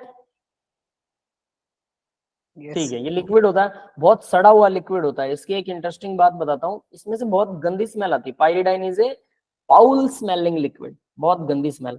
अगर आप मान लो इसको यहाँ कॉलर पे लगा दो, ठीक है, शर्ट के कॉलर पर लगा दो, फिर उसके बाद आप इसको स्मेल करोगे ना ऐसे कॉलर को, स्मेल आएगी इसमें से गंदी। कपड़ा धो लो 2 बार 3 बार 5 6 बार धोने पर इसकी स्मेल जाती है, 1 2 बार धोने से स्मेल ही नहीं जाती, समझ गए। नाइट्रोजन 3 बॉन्ड बना रहा बेटा पाइरिडाइन में, देखो नाइट्रोजन 3 बॉन्ड बनाता है पाइरिडाइन के अंदर। अगर मैं पाइरिडाइन के स्ट्रक्चर को दिखाऊं आपको, यहाँ नाइट्रोजन लगा रहे हैं, 1 बॉन्ड 2 बॉन्ड और तीसरा डबल बॉन्ड होता है, 2 सिंगल बॉन्ड और तीसरा डबल बॉन्ड, और लोन पेयर इसके ऐसे कैसे रहेंगे, कोई दिक्कत नहीं है इसके अंदर, और ये इस तरह से होता है। दिस इज पाइरिडाइन, क्लियर है भाई सबको? ठीक है, चलिए अब आगे बढ़ते हैं। तो ये आपका पाइरिडाइन है, इसको मैं चलो स्लाइड में छोड़ देता हूँ। Next, benzoylation. अब देखो, अगर C डबल बॉन्ड O के साथ अगर CH3 हो तो उसको एसिटाइलेशन बोलते हैं, अगर C डबल बॉन्ड O के साथ बेंजीन हो उसे बेंजोइलेशन बोलते हैं, और कुछ भी नहीं है बेंजोइलेशन, है वही, क्लोरीन यहाँ से हट जाएगा, OCH3 ये जो OC2H5 है ये इसके साथ जुड़ जाएगा और हमारा एस्टर ही बनेगा यहाँ पर भी एस्टर, सेम रिएक्शन, ये समझ लो एग्जाम्पल है इसका। क्लियर है बेटा सबको? Yes sir. ठीक है, अब नेक्स्ट बढ़ते हैं आगे जरा। स्कॉटन बाउमैन रिएक्शन बता रखी है भाई, एक alcohol phenol amine plus benzoyl chloride plus NaOH, ये जो लिख रहेगा ना बॉक्स में, ये रट्टा लगा लो, इससे जब एस्टर बनाते हैं हम, अल्कोहल हो सकता है, ठीक है, फिनोल हो सकता है, ठीक है, अमाइन भी हो सकता है, इन तीनों में से कोई भी ले लो। वो बेंजोइल क्लोराइड के साथ, कम से कम बेंजोइल क्लोराइड होना चाहिए आपके पास, इसके साथ NaOH की प्रेजेंस में जब रिएक्शन करता है तो देखो बेंजोइल क्लोराइड ये रहा। अल्कोहल या फिनोल ले सकते हो, ठीक है, यहाँ पर बेंजीन की जगह पर नॉर्मल कार्बन की चेन भी ले सकते हो अल्कोहल, या अमाइन ले सकते हो आप, यानी NH2 भी ले सकते हो आप यहाँ पर, है ना। तो अगर इनके साथ में जब आप इनको जोड़ते हो तो नाइट्रोजन यहाँ H और इसका ये हट जाते हैं HCl, ठीक है, वहां पर भी नाइट्रोजन का ही वो जाएगा, नाइट्रोजन से बॉन्ड बनेगा। अमाइन वाले लेसन में वो रिएक्शन करेंगे, यहाँ बस नाइट्रोजन लगा दो, सीधी सी बात ये नाइट्रोजन है, 2 बॉन्ड बने हुए NH बन जाएगा दिस वन। अगर एस यहाँ पर अमाइन हो तो, ठीक है, NH2 हो तो ये बनेगा। तो इस प्रोसेस को, इस रिएक्शन को बोलते हैं स्कॉटन बाउमैन रिएक्शन। क्लियर है सबको? क्या होना चाहिए? Alcohol phenol amine benzoyl chloride, benzoyl chloride तो एस्टर बनाने में माहिर होता है, तो यहाँ एस्टर बनेगा, बट अमाइन के साथ एस्टर नहीं बनेगा, बस ये ध्यान रख लेना। बट उस रिएक्शन का नाम भी स्कॉटन बाउमैन रिएक्शन ही होगा, फिनाइल बेंजोइड बन रहा है इस केस में। क्लियर है बेटा सबको? Yes sir. ठीक है, दैट इज द। फिर रिएक्शन विद ग्रिग्नार्ड रिएजेंट है भाई, RMG के साथ अल्कोहल रिएक्शन करता है तो क्या करता है, R नेगेटिव यहाँ से रिप्लेस करेगा, H ले लेगा। देखो अब ग्रिग्नार्ड रिएजेंट कहाँ अटैक करेगा, वो H को ले लेगा, क्योंकि अल्कोहल एसिडिक होता है, एल्केन बन जाएगा। अल्कोहल एसिडिक है, वो H पॉजिटिव आयन डोनेट करेगा, और R नेगेटिव होता है ग्रिग्नार्ड रिएजेंट में, इसके ऊपर अटैक करेगा, RH सीधा सीधा एल्केन बन गया। Reaction with halogen acid, halogen acid क्या होता है, ये रहा HCl, ROH HCl के साथ ZnCl2 ल्यूकस रिएजेंट, मैंने बोला था ZnCl2 ल्यूकस रिएजेंट होता है, लास्ट कल हमने किया था, ये ग्रूव प्रोसेस है, ग्रूव मेथड या ग्रूव प्रोसेस, ठीक है। डव प्रोसेस आपने की थी, डोन वाली, ग्रूव प्रोसेस जिसके अंदर ZnCl2 यूज होता है, ल्यूकस रिएजेंट। ये क्या होता है, प्राइमरी अल्कोहल के साथ जब HCl की रिएक्शन करवाते हैं तो सीधा एल्काइल हैलाइड बनता है, ये हमने कल किया था एल्काइल हैलाइड बनाने वाला, लेकिन ZnCl2 डालोगे और थोड़ा इसे गर्म करोगे तो आसानी से एल्काइल हैलाइड बन जाएगा, ठीक है, दैट इज ल्यूकस रिएजेंट। अब बात करते हैं अल्कोहल की, HBr के साथ करते हैं तो ब्रोमीन जुड़ जाता है, ये आप कर चुके हो। HI के साथ करते हैं तो ये जुड़ जाता है, और ये सब के सब कहाँ आए थे पता है, एल्काइल हैलाइड बनाने में काम लिया था हमने कल। एल्काइल हैलाइड ऐसे ही बनता है, HBr के साथ, HI के साथ, HCl के साथ, PCl3 के साथ, है ना। अगर HI प्लस रेड फास्फोरस ले रहे हो, उसको हीट कर रहे हो तो CH4 बनता है भाई, ये OH चला जाएगा, CH4 वाटर प्लस I2 बनेगा, ये अलग है। HI के साथ रिएक्शन करवा रहे हो तो फिर आयोडीन जुड़ेगा, लेकिन रेड फास्फोरस के साथ अगर इसका करवा रहे हो तो रिडक्शन होती है इसकी, ऑक्सीजन हट जाएगा, रिडक्शन के साथ CH4 जुड़ेगा, ध्यान से याद करना है इसको। Reaction with phosphorus halide, phosphorus halide वही PCl5 और PCl3 से रिएक्शन करवाते हैं, RCl बनता है, याद है। SOCl2 के साथ करवाते हैं, RCl SO2 HCl बनता है। कल वाली रिएक्शन है डिट्टो, अल्कोहल के साथ थी कल, हम कल एल्काइल हैलाइड बना रहे थे, आज रिएक्शंस ऑफ अल्कोहल में आएंगी पक्का आएंगी, तो सेम रिएक्शन है। रिएक्शन विद अमोनिया, ये थोड़ी सी अच्छी रिएक्शन है, इसको ध्यान से करना। Al2O3 के साथ अमोनिया रिएक्ट करता है, क्या होगा, NH2 जुड़ जाएगा, एक H चला गया नाइट्रोजन का और इसका OH चला गया, पानी निकल गया यहाँ से, ठीक है, वाटर निकल गया। अब हम इसको एज ए रिएजेंट लेंगे, रिएक्टेंट, ये आ गया रिएक्टेंट, 1 डिग्री अमाइन रिएक्टेंट आ गया, और फिर से अल्कोहल, ये अमोनिया अब रिएक्टेंट की तरह नहीं ले रहे हम, 1 degree amine plus alcohol, Al2O3 के साथ में एल्यूमिनियम ऑक्साइड के साथ रिएक्शन करवाते हैं, इसके क्या बनेगा, अब इसका एक H निकाल दो और इसका यहाँ से OH निकाल दो, दोनों को जोड़ दो, तो ऐसे ऐसे दो जुड़ेंगे, CH3 CH2, दो NH के साथ, ये NH रह गया, इसके साथ में दो बॉन्ड बनेंगे कार्बन वाले, है ना, और ये 2 डिग्री अमाइन बन गया। सेम एज इट इज, अब क्या ले रहे हैं, अब इसको उठा के यहाँ रख रहे हैं, देखो 2 डिग्री वाले को, और OH, इसका H उड़ा दो, अल्कोहल का OH उड़ा दो, तो CH3 CH2, यहाँ दो पहले से लगे बैठे तो एक और बन जाएगा, 3 लग गए नाइट्रोजन का, नाइट्रोजन के तीनों तरफ CH2O CH3, इस तरफ भी CH2 CH3, तीनों तरफ लग जाएंगे, तीनों तरफ 3 डिग्री बन गया। तो इस तरह से 1 डिग्री 2 डिग्री 3 डिग्री अमाइन बना सकते हैं हम एल्यूमिनियम ऑक्साइड के साथ में, अगर अल्कोहल प्लस अमोनिया की रिएक्शन करते हैं, अपने आप होती है सारी की सारी। क्लियर है बेटा, सबको समझ में आ गई ना, ठीक है। आगे देखो, फिनोल की रिएक्शन अगर अमोनिया से करवाते हैं ZnCl2 के साथ, बहुत इंपॉर्टेंट रिएक्शन है भाई। फिनोल भी वैसा ही डोन जैसा बिहेव करता है, जैसा हम कल बता रहे थे कि क्लोरीन अगर ऊपर लगाओ तो क्लोरीन क्या करता है, अपना लोन पे डोनेट कर देता है, डबल बॉन्ड बना लेता है, sp2 कार्बन होता है, जिसकी वजह से और पास आ जाता है, है ना। और अगर ये गलती से हटा भी दिया तो पॉजिटिव चार्ज बेंजीन पे स्टेबल नहीं होता। तो इस तरह से काफी सारी चीजें होती हैं जिसकी वजह से इसको हटाना बहुत मुश्किल होता है। यहां पर भी कुछ ऐसा ही है, फिनोल को हटाना भी आसान काम नहीं है, उससे प्योर बेंजीन बनाना सीधा काम नहीं है, लेकिन हम बेंजीन नहीं बना रहे हैं। अगर फिनोल की रिएक्शन आप अमोनिया प्लस ZnCl2 के साथ करवा रहे हैं और ये एनिलिन बना रहा है, एनिलिन, एनिलिन को आगे क्या करते हैं भाई, HONO या फिर NaNO2 प्लस HCl, इससे HONO ही बनता है, नाइट्रस एसिड, है ना। इसके साथ या इन दोनों को साथ में रिएक्शन करवा देते तो क्या बनता है, डायाजोनियम साल्ट बनता है। तो देखो आपके पास फिनोल है, फिनोल से अमाइन बनाइए, अमाइन से डायाजोनियम साल्ट बनाइए, डायाजोनियम साल्ट से बहुत सारी चीजें बन जाती है ना। तो एक रिएक्शन सीक्वेंस आ गया आपके पास, तो इसलिए ये रिएक्शन बहुत इंपॉर्टेंट है। क्लियर है बेटा। फिनोल से अमाइन कैसे बनता है, ZnCl2 को डालकर अमाइन बन सकता है, NH2 सीधा जुड़ता है फिनोल के ऊपर।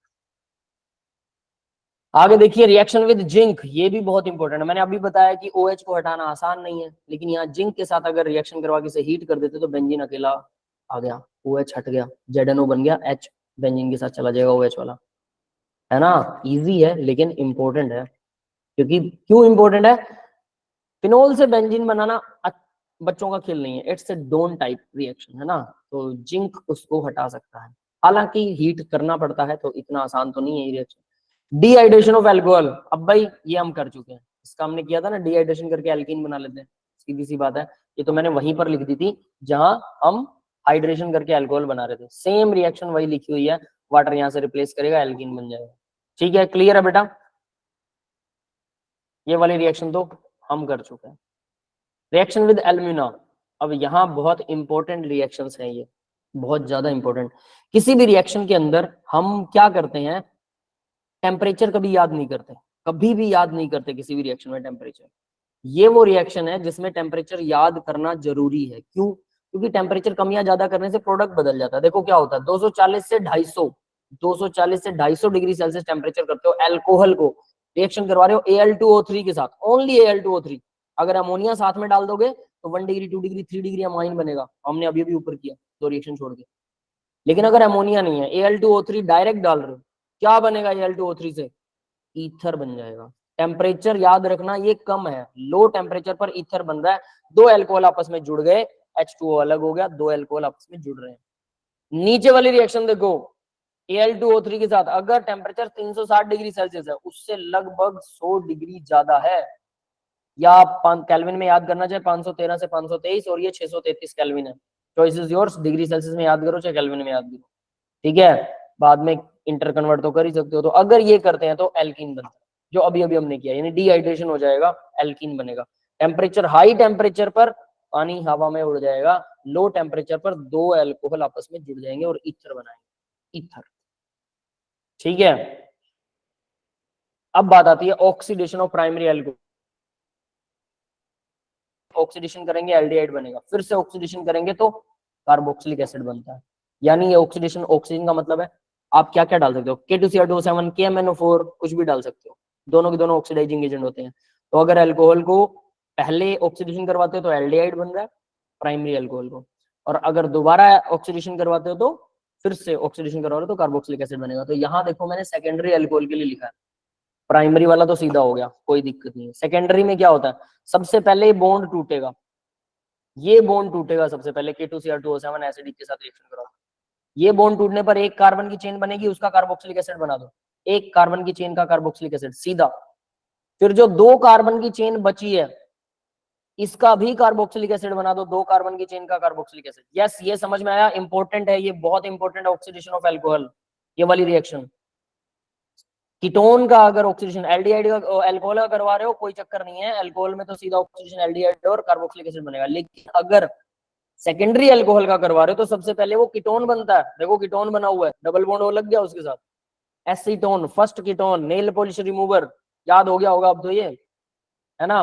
कल से हम नेल पॉलिश रिमूवर को ही रट्टा मार रहे हैं, आज हमने एक्सपेरिमेंट भी कर लिए घर पे बैठ के, है ना सबने।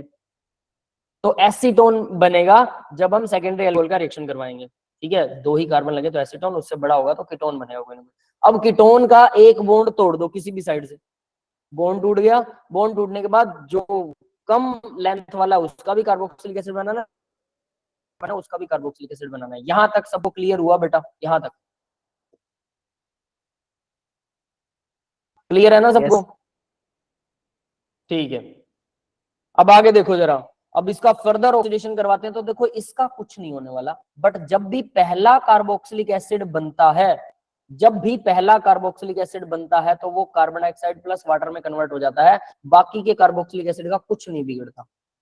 जब भी रिएक्शन में ऑक्सीडेशन होकर पहला कार्बोक्सिलिक एसिड बने, पहला फर्स्ट कार्बन वाला, एक कार्बन की चेन वाला, तो वो फर्दर ऑक्सीडाइज हो,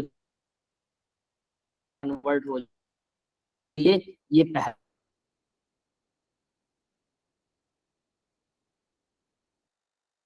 बन रहा था तो ये फिर से ऑक्सीजन हो गया। कीटोन बन रहा था, है ना, ये देखो ये कीटोन बना था। टर्शियरी अल्कोहल में कीटोन नहीं बनता, एल्कीन बनता है। H पॉजिटिव आयन की प्रेजेंस में, सबसे पहले तो H पॉजिटिव आयन की प्रेजेंस के अंदर ये वाटर निकलेगा यहाँ से और एल्कीन बन गया। अब एल्कीन का जब ऑक्सीडेशन करवाते हैं ना, तो ये डबल बॉन्ड यहाँ से टूट जाता है। ये दो कार्बन की चेन और एक कार्बन है, तो क्या बनेगा, इस कार्बन के साथ डबल बॉन्ड हो लग जाएगा, क्या बन गया, फर्स्ट कीटोन एसीटोन बन रहा है। ठीक है, फिर उसके बाद में क्या हो रहा है, फर्दर CH2 के साथ भी एक कार्बन है तो इसके साथ भी ऑक्सीडेशन होगा, एक कार्बन का भी, ये भी कार्बोक्सिलिक एसिड में कन्वर्ट हो जाएगा। अब क्या होने वाला है भाई, अब फिर से ऑक्सीडेशन करेंगे। अगर इसका ऑक्सीडेशन करते हैं, कीटोन वाला ऑक्सीडेशन करते हैं, तो वही सेकेंडरी अल्कोहल ये यहां से टूटेगा, याद है ना, इसका कार्बोक्सिलिक एसिड बना दो और इसका भी कार्बोक्सिलिक एसिड, फिर ये वन चेन वाला कार्बोक्सिलिक एसिड बनेगा, जैसा कि हमने पिछले वाले केस में किया है, वन चेन वाला कार्बोक्सिलिक एसिड बनेगा। ये फिर से क्या हो जाएगा, कार्बन डाइऑक्साइड और वाटर में कन्वर्ट हो जाएगा।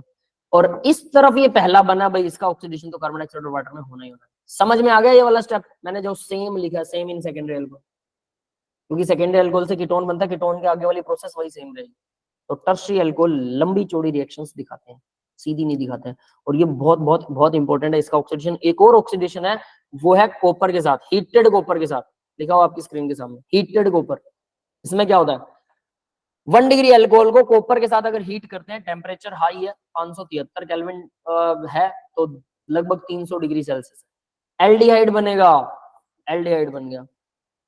अगर 2 डिग्री अल्कोहल हो, कीटोन बनेगा, 3 डिग्री अल्कोहल हो, एल्कीन बनेगा। बस ये याद रखना।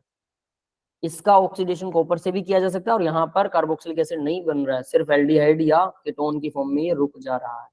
क्लियर है भाई सबको, हीटेड कॉपर? Yes sir. ठीक है, इसके बाद देखो अब जरा ऑक्सीडेशन कैसे कैसे होता है अल्कोहल्स का। KMnO4 से करवा सकते हो, हीटेड कॉपर से करवा सकते हो, बिल्कुल, K2Cr2O7 से करवा सकते हो, क्रोमियम ट्राइऑक्साइड से करवा सकते हो, ठीक है, H2CrO4 क्रोमिक एसिड से करवा सकते हो, PCC से करवा सकते हो। PCC क्या होता है, chromium trioxide plus pyridine plus HCl plus CH2Cl2, ये इसका सॉल्वेंट होता है, pyridine chlorochromate, PCC full form, pyridine chlorochromate, oxidising agent है ये वाले मिल्ड वाले हैं, याद रखना, मिल्ड मतलब ठीक ठाक, ये स्ट्रॉन्ग है, ये तीनों स्ट्रॉन्ग है। तो देखो स्ट्रॉन्ग तो उसको कार्बोक्सिलिक एसिड तक लेके जाएगा, मिल्ड वाला एल्डिहाइड या कीटोन की स्टेज पे छोड़ देगा, ठीक है। कोलिन रिएजेंट, ये भी मिल्ड है, ये देखो यहाँ ऊपर भी लिखा भी हुआ है, मिल्ड ऑक्सीडाइजिंग एजेंट, ये स्ट्रॉन्ग वाले हैं। तो ये क्रोमियम ट्राइऑक्साइड, H2SO4 और एसीटोन जोन रिएजेंट होता है, ये भी स्ट्रॉन्ग में आता है, ठीक है। तो ये PDC पाइरिडीनियम डाइक्रोमेट, ये भी वो है, मिल्ड है। कोलिन रिएजेंट, ये भी मिल्ड है। और इनके फंक्शन क्या होते हैं, देखो 1 डिग्री अल्कोहल को कार्बोक्सिलिक एसिड में, कीटोन 2 डिग्री अल्कोहल होगा तो कीटोन को फिर से तोड़ देते हैं, हमने कीटोन से आगे भी तोड़ना सीखा है, ये सिर्फ कीटोन बता रहे हैं। 3 डिग्री अल्कोहल को एल्कीन में बदलेंगे, एल्कीन को फिर डबल बॉन्ड तोड़ेंगे, डबल बॉन्ड तोड़ के फिर वही क्या बनाने वाले हैं, कार्बोक्सिलिक एसिड और कीटोन बनाएंगे, फिर कीटोन फिर से टूटेगा। तो सबसे लास्ट में रिएक्शन हमने की, है ना, इन्होंने आधा अधूरा दिया यहाँ पे। ये एल्डिहाइड कीटोन या नो रिएक्शन करते हैं, एक्सेप्ट कॉपर, कॉपर करता है बस एल्कीन बनाता है, बाकी सब करते हैं। तो ये पूरे रिएजेंट्स का मैटर आपको यहाँ पर समझा रखा है, समझ में आ गया बेटा सबको? Yes sir. यस। ऑर्गेनिक के बाद बेटा हमने एक प्लान बना रखा, थर्मोडायनेमिक्स भी आएगा, चिंता मत कीजिए, उस प्लान के अकॉर्डिंग ही चलेंगे विवेक बेटा। तो मैं आज के लिए भाई इतना ही यहाँ पर खत्म करूंगा, अब कन्हैया सर आपको कंटिन्यू करेंगे, ठीक है। बाकी का कुछ और है, दो चार रिएक्शन और बची हैं, वो आप आसानी से देख कर सकते हैं, ठीक है। ओके गाइज, थैंक यू, कल मिलते हैं, है ना। Kanhaiya sir, are you there? Sir याद कैसे करेंगे? सर कोई टिप्स? क्या बेटा? सर जो ये टेबल है और जो पहले नेमिंग डिक्शनरी थी सर, उनको याद कैसे करें? लिख लिख के? लिख कर, एक ही तरीका है बेटा, लिखते रहो, याद करते रहो, लिख लिख कर, है ना, रट्टा लगाना है, लिख लिख कर। तो मेरे साथ लिखो, मेरे साथ लिखी हुई नहीं समझ में आई, मतलब थोड़ी बहुत याद होंगी, फिर घर पे दोबारा से याद करो, फिर से लिखो। 3 बार अगर लिख कर याद कर लिया ना, पहली बार एक एक रिएक्शन को देखो, याद करो, लिखो एक एक रिएक्शन। दूसरी बार 3-3 रिएक्शन याद करके लिखो। तीसरी बार 5-5 या 10-10 रिएक्शन याद करके लिखो। तीसरी बार में सारे याद हो। 3 बार याद लिख लो, याद करके, तो 2-3 घंटे लगेंगे, बड़े आराम से सब याद हो जाएंगे। फोकस तो करना पड़ेगा बेटा, गहरा बैठना पड़ेगा, इसको इतना सिंपल मत समझिएगा, है ना। सुबह रात फिर अगले दिन, हाँ कर सकते हो, 3 टाइम ऐसे भी कर सकते हो बेटा, इट्स योर चॉइस, है ना। प्रोटिक क्या होता है? प्रोटिक होता है बेटा जिसके पास प्रोटोन हो, H पॉजिटिव आयन हो, वो प्रोटिक होता है। नॉन प्रोटिक का मतलब जिसके पास H पॉजिटिव आयन नहीं है। ठीक है, ठीक है। कन्हैया सर यही हो गया आप? कन्हैया सर है क्या? कन्हैया सर एक है तो सर हमारे अवंती फेलोज की एक और मीटिंग के अंदर, but I don't know where he is. चलो मैं उनको कॉल लगाता हूँ, वो आ जाएंगे, है ना। शायद कहीं चले गए होंगे, वेट।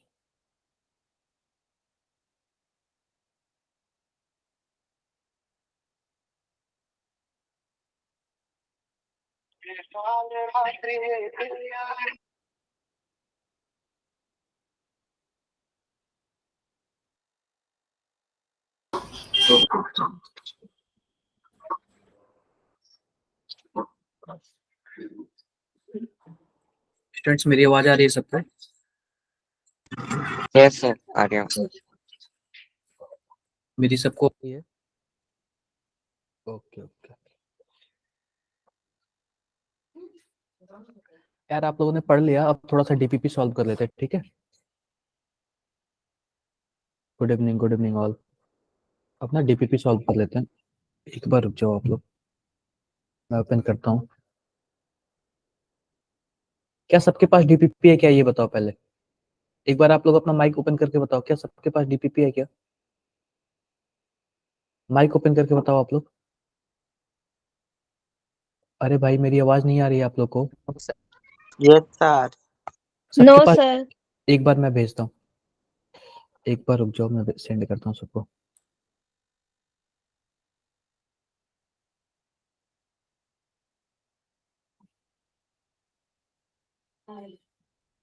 एक बार रुक जाओ, मैं सेंड करता हूँ।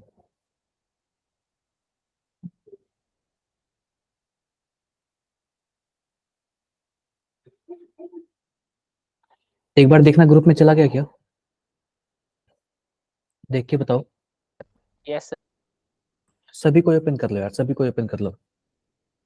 और हम 10-12 क्वेश्चन करेंगे और बाकी सब आप लोग करना। क्लियर है बातें मेरी? बोलो भाई, क्या बातें क्लियर है सबको? इसमें ना 20-25 क्वेश्चन है, 20-25 क्वेश्चन है, और सबका आंसर करना है आपको। तो आते हैं सबसे पहले क्वेश्चन में। पहला क्वेश्चन क्या है? Which of the following alkyl halide is must reactive towards methyl alcohol? ठीक है, मेथेनॉल। आप बताओ क्या आंसर होगा। ये कौन सा रिएक्शन है ये बताओ।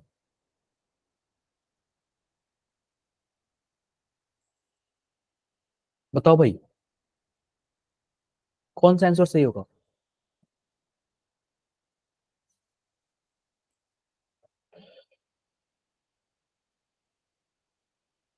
देखो मैं बता रहा हूँ क्या सीन है। सबसे पहले तो ध्यान से देखो, ये जो हमारे पास ऑप्शन है ना, ये जो फर्स्ट क्वेश्चन है ना, ये पता है SN1 रिएक्शन होगा। कौन सा रिएक्शन होगा? SN1। आप बताओ SN1 में क्या बनता है? क्या SN1 में कार्बोकेटाइन बनता है क्या? बोलो भाई। तो ये वाला क्लोरीन निकालोगे ना, तो यहाँ पे कार्बोकेटाइन बनेगा, फिर यहाँ पे कार्बोकेटाइन बनेगा, फिर यहाँ पे कार्बोकेटाइन बनेगा, और यहाँ पे कार्बोकेटाइन बनेगा। तो आप लोग देख के बता सकते हो क्या कौन सा कार्बोकेटाइन सबसे ज्यादा स्टेबल होगा? सर डी वाला। डी वाला कार्बोकेटाइन ज्यादा स्टेबल होगा। क्यों? क्योंकि यह क्या है? इलेक्ट्रॉन डोनेटिंग ग्रुप है। इलेक्ट्रॉन डोनेटिंग ग्रुप देगा तो एक बार आर्थो पे माइनस चार्ज आएगा और एक बार पैरा पे माइनस चार्ज आएगा। तो माइनस और प्लस एकदम नजदीक है, तो क्या होगा? ज्यादा स्टेबल होंगे। जब यह वाला ज्यादा स्टेबल होगा तो जिसकी वजह से क्या होगा? इसके प्रति क्या होगा? यह ज्यादा, बोलो भाई, रिएक्टिव होगा। रिएक्टिव होगा। आई होप सबको समझ आ गया होगा। क्लियर है क्या बातें? क्लियर है सबको? अब ये बताओ, अब ये हमारे पास क्या है, दूसरा क्वेश्चन क्या है? दूसरा क्वेश्चन ये है, which of the following alkyl halide can not solvolysed with easily with aqueous AgNO3। Aqueous AgNO3, अगर एक्वस AgNO3 है हमारे पास, AgNO3, और AgNO3 के सॉल्यूशन में इन चारों में से हम डालते हैं, तो कौन जो है सॉल्व नहीं होगा, कौन जो है डिजोल्व नहीं होगा? बताओ यार आप लोग। सर ए। ए। अदर्स, कोई रीजन, कोई पर्टिकुलर रीजन? इसमें भी सेम बात है यार, इसमें भी पॉजिटिव आ क्या है? जाएगा। अब इसमें भी सेम बात क्या है, यहाँ पे क्लोरीन है, सब में क्या है, क्लोरीन है, और क्लोरीन निकलेगा और Ag बनेगा तो क्या बना लेगा, AgCl बना लेता है। क्या बना लेता है? AgCl बना लेता है। आप बताओ, क्या क्लोरीन निकलेगा तो यहाँ पे पॉजिटिव चार्ज बनाएगा क्या? बोलो भाई, यस कुछ ऐसे सर। बनाएगा क्या? CH2 डबल बॉन्ड CH2, कुछ ऐसे बनेगा। और इसका पॉजिटिव चार्ज निकलेगा तो क्या बनेगा, कुछ ऐसे बनेगा, CH3 CH, और यहाँ पे क्या आएगा, पॉजिटिव चार्ज आएगा। तीसरे वाले में भी पॉजिटिव चार्ज आएगा और चौथे वाले में भी पॉजिटिव चार्ज आएगा। आप बताओ कौन सा पॉजिटिव चार्ज सबसे ज्यादा स्टेबल है? सर फिनॉल वाला।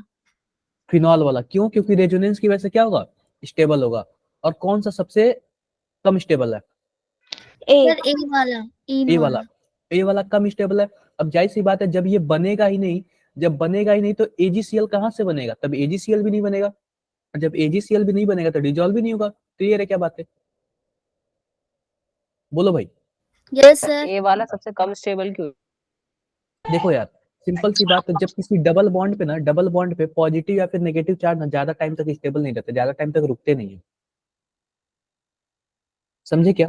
अगर ये आगे रेजोनेंस चलता ना तो शायद स्टेबल हो सकता था। लेकिन पॉजिटिव चार्ज को क्या चाहिए, एक अल्टरनेट पोजीशन पे रेजोनेंस चाहिए, अल्टरनेट पोजीशन पे रेजोनेंस चाहिए। बट ये क्या कोई अल्टरनेट पोजीशन है क्या? नहीं है। क्लियर है? सर 3 डिग्री कार्बोकैटायन सबसे स्टेबल होता है ना, हाँ जी। तो सर ये फिनाइल वाला कैसे सबसे ज्यादा स्टेबल हो? अब देखो, होता क्या है, यह किसकी वजह से, यह हाइपर कंजुगेशन की वजह से है और इंडक्टिव इफेक्ट की वजह से क्या है, स्टेबल है। अगर आप ध्यान से देखोगे तो यह वाला रेजोनेंस की वजह से स्टेबल है। जब बात आती है हाइपर कंजुगेशन और रेजोनेंस की ना, तो रेजोनेंस की वैल्यू क्या होती है, ज्यादा होती है हाइपर कंजुगेशन से। ये आपने पढ़ा है कि नहीं? Yes sir. अगर हम इंडक्टिव इफेक्ट की बात करें, रेजोनेंस की बात करें, हाइपर कंजुगेशन की बात करें, सर बेंजीन पर देखो, बेंजीन पर पॉजिटिव आता है तो हाईली स्टेबल होता है। ये किसने बोल दिया? विवेक। सर ऐसी लग रहा था। अच्छा, लग रहा था? यार केमिस्ट्री में लगने से कुछ नहीं होता है, होने से होता है। ठीक है, अब देखना पड़ेगा ना, जब बेंजीन पे पॉजिटिव चार्ज है ना, तो कोई ग्रुप जुड़ा है कि नहीं। अगर कोई इलेक्ट्रॉन डोनेटिंग ग्रुप जुड़ा है तो क्या होगा, स्टेबल करेगा। अगर कोई विड्रॉइंग ग्रुप जुड़ा है तो और भी ज्यादा डिस्टेबल करेगा। डिपेंड करता है कि उस पे ग्रुप कौन सा जुड़ा हुआ है। ठीक है, आई होप सर क्लियर हो गया। फिर से रिपीट कर दीजिए, आप क्या कहे अभी। फिर से मैं ये रिपीट बोल रहा हूँ कि डिपेंड करता है कि मानो बेंजीन पे कोई पॉजिटिव चार्ज है ना, ये डिपेंड करता है कि कोई और भी ग्रुप जुड़ा है कि नहीं। अगर और भी मान लो कोई इलेक्ट्रॉन डोनेटिंग ग्रुप जुड़ा है, एक तो उसके पास पॉजिटिव चार्ज है, और कोई डोनेटिंग ग्रुप जुड़ जाए तो उसको क्या करेगा, स्टेबल करेगा। आई होप आप लोग समझ रहे हो। ये बताओ, तीसरे का यस। बताओ भाई, तीसरे का बताओ डी। कैसे।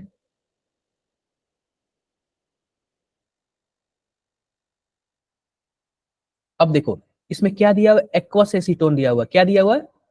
Aqueous acetone. यानी एक्वस एसीटोन का क्या मतलब है, H2O होगा और क्या होगा, CH3 CO CH3। क्या कुछ ऐसे ही होगा क्या? बोलो भाई। अब इसमें जो CH3 CO CH3 है ना, ये किसका काम कर रहा है, यह सॉल्वेंट का काम कर रहा है। किसका काम कर रहा है? सॉल्वेंट का काम कर रहा है, सॉल्वेंट का। और H2O किसका काम करेगा, न्यूक्लियोफाइल का काम करेगा। किसका काम करेगा? न्यूक्लियोफाइल का काम करेगा। यह बच्चों SN1 रिएक्शन है। कौन सा रिएक्शन है? SN1 reaction. आप बताओ, SN1 रिएक्शन है तो यह ब्रोमीन वाला बाहर निकलेगा, बाहर निकल के क्या बनाएगा, पॉजिटिव चार्ज बनाएगा क्या यहाँ पे? बोलो भाई, पॉजिटिव चार्ज यस सर। बनाएगा क्या यस यहाँ पे? सर। कुछ इस यस प्रकार सर। पॉजिटिव चार्ज बनाएगा। ध्यान से देखो, कुछ इस प्रकार क्या बना लेगा, पॉजिटिव चार्ज बना लेगा। अब देखो यह पॉजिटिव चार्ज पहले पोजीशन से शिफ्ट होकर कहां पे चला जाएगा, 3 डिग्री पे चला जाएगा। इसलिए शिफ्ट किस लिए हुआ बताओ भाई, यह शिफ्ट किस लिए हुआ, एक मिनट हाइपर कॉन्जुगेशन स्टेबल हो जाएगा। हेलो,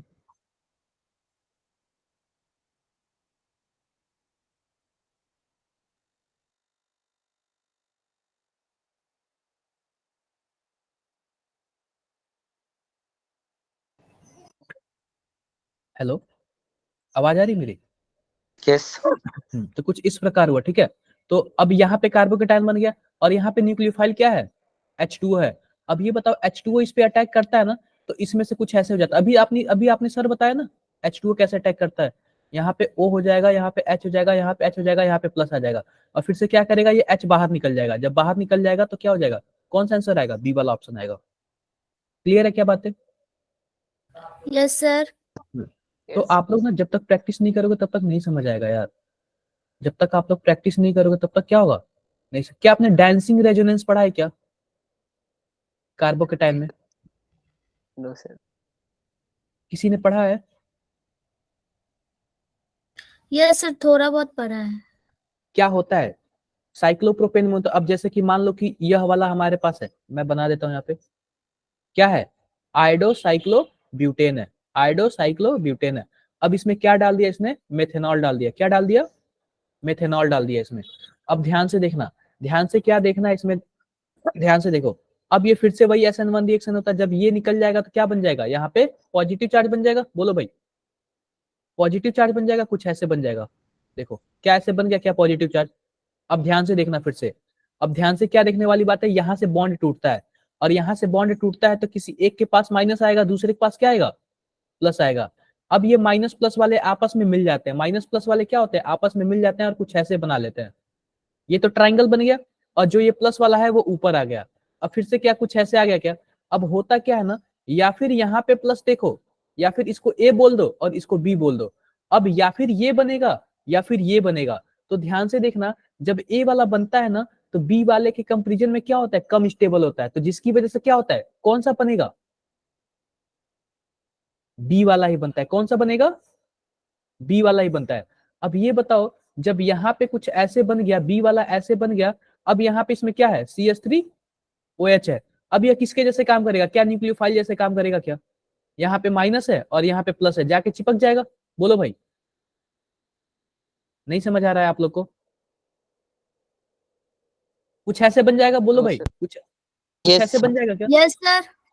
कौन सा ऑप्शन है, सी। सर ए है। ए नहीं होगा, सी होगा, सी होगा।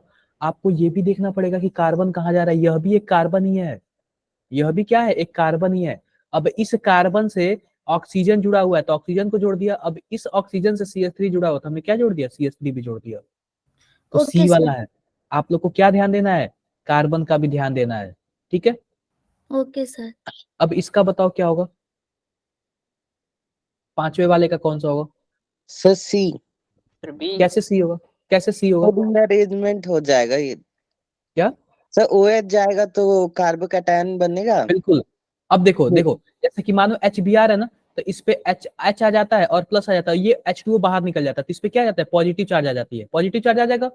और फिर से ये पॉजिटिव चार्ज क्या हो जाएगा, यहाँ पे शिफ्ट हो जाएगा। क्यों शिफ्ट हो जाएगा, क्योंकि इसमें डांसिंग रेजोनेंस होता है। क्या होता है डांसिंग, अभी बताया मैंने, ये वाला क्या होता है, ज्यादा स्टेबल होता है, ये वाला क्या होता है, ज्यादा स्टेबल होता है। क्यों, क्योंकि इसमें डांसिंग रेजोनेंस है। तो क्या कुछ ऐसे हो जाएगा क्या,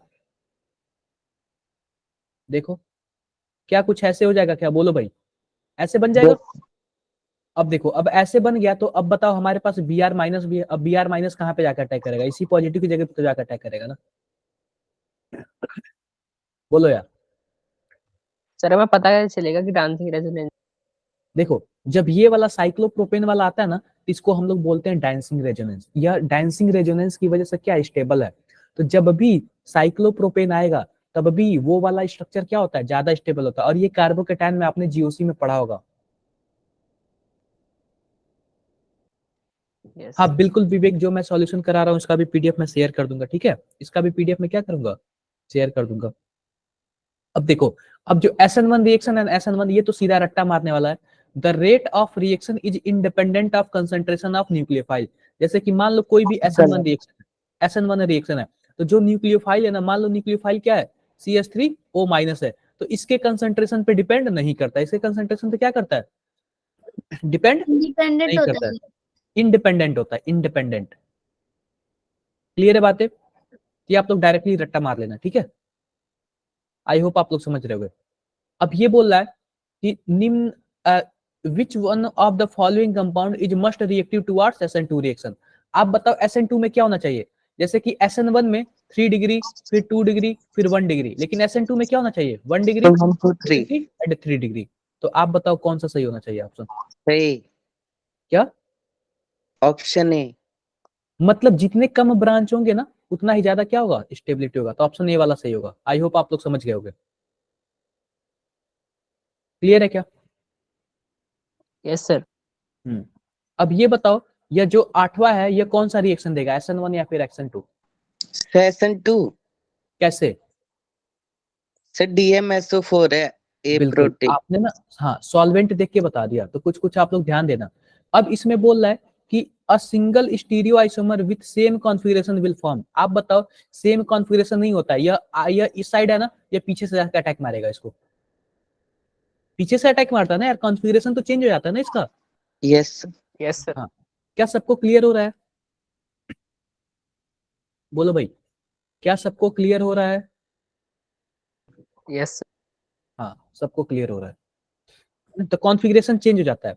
अब इसमें क्या बोल रहा है कि रेशमिक मिक्सर मिलता है। भाई रेशमिक 2 प्रोडक्ट बनते ही नहीं है, एक ही प्रोडक्ट बनता है, वो भी कौन सा बनता है, अगर ये सीधा है तो वो उल्टा बनेगा। क्लियर है? यस देखो, a single stereo isomer will form, a single एक ही आइसोमर बनता है, लेकिन बनता है दो दो नहीं बनता है, एक ही बनता है। तो रट लेना यार इसको आप लोग डायरेक्टली। तो सर इसका सी नहीं होगा, अपोजिट भी तो बनता है।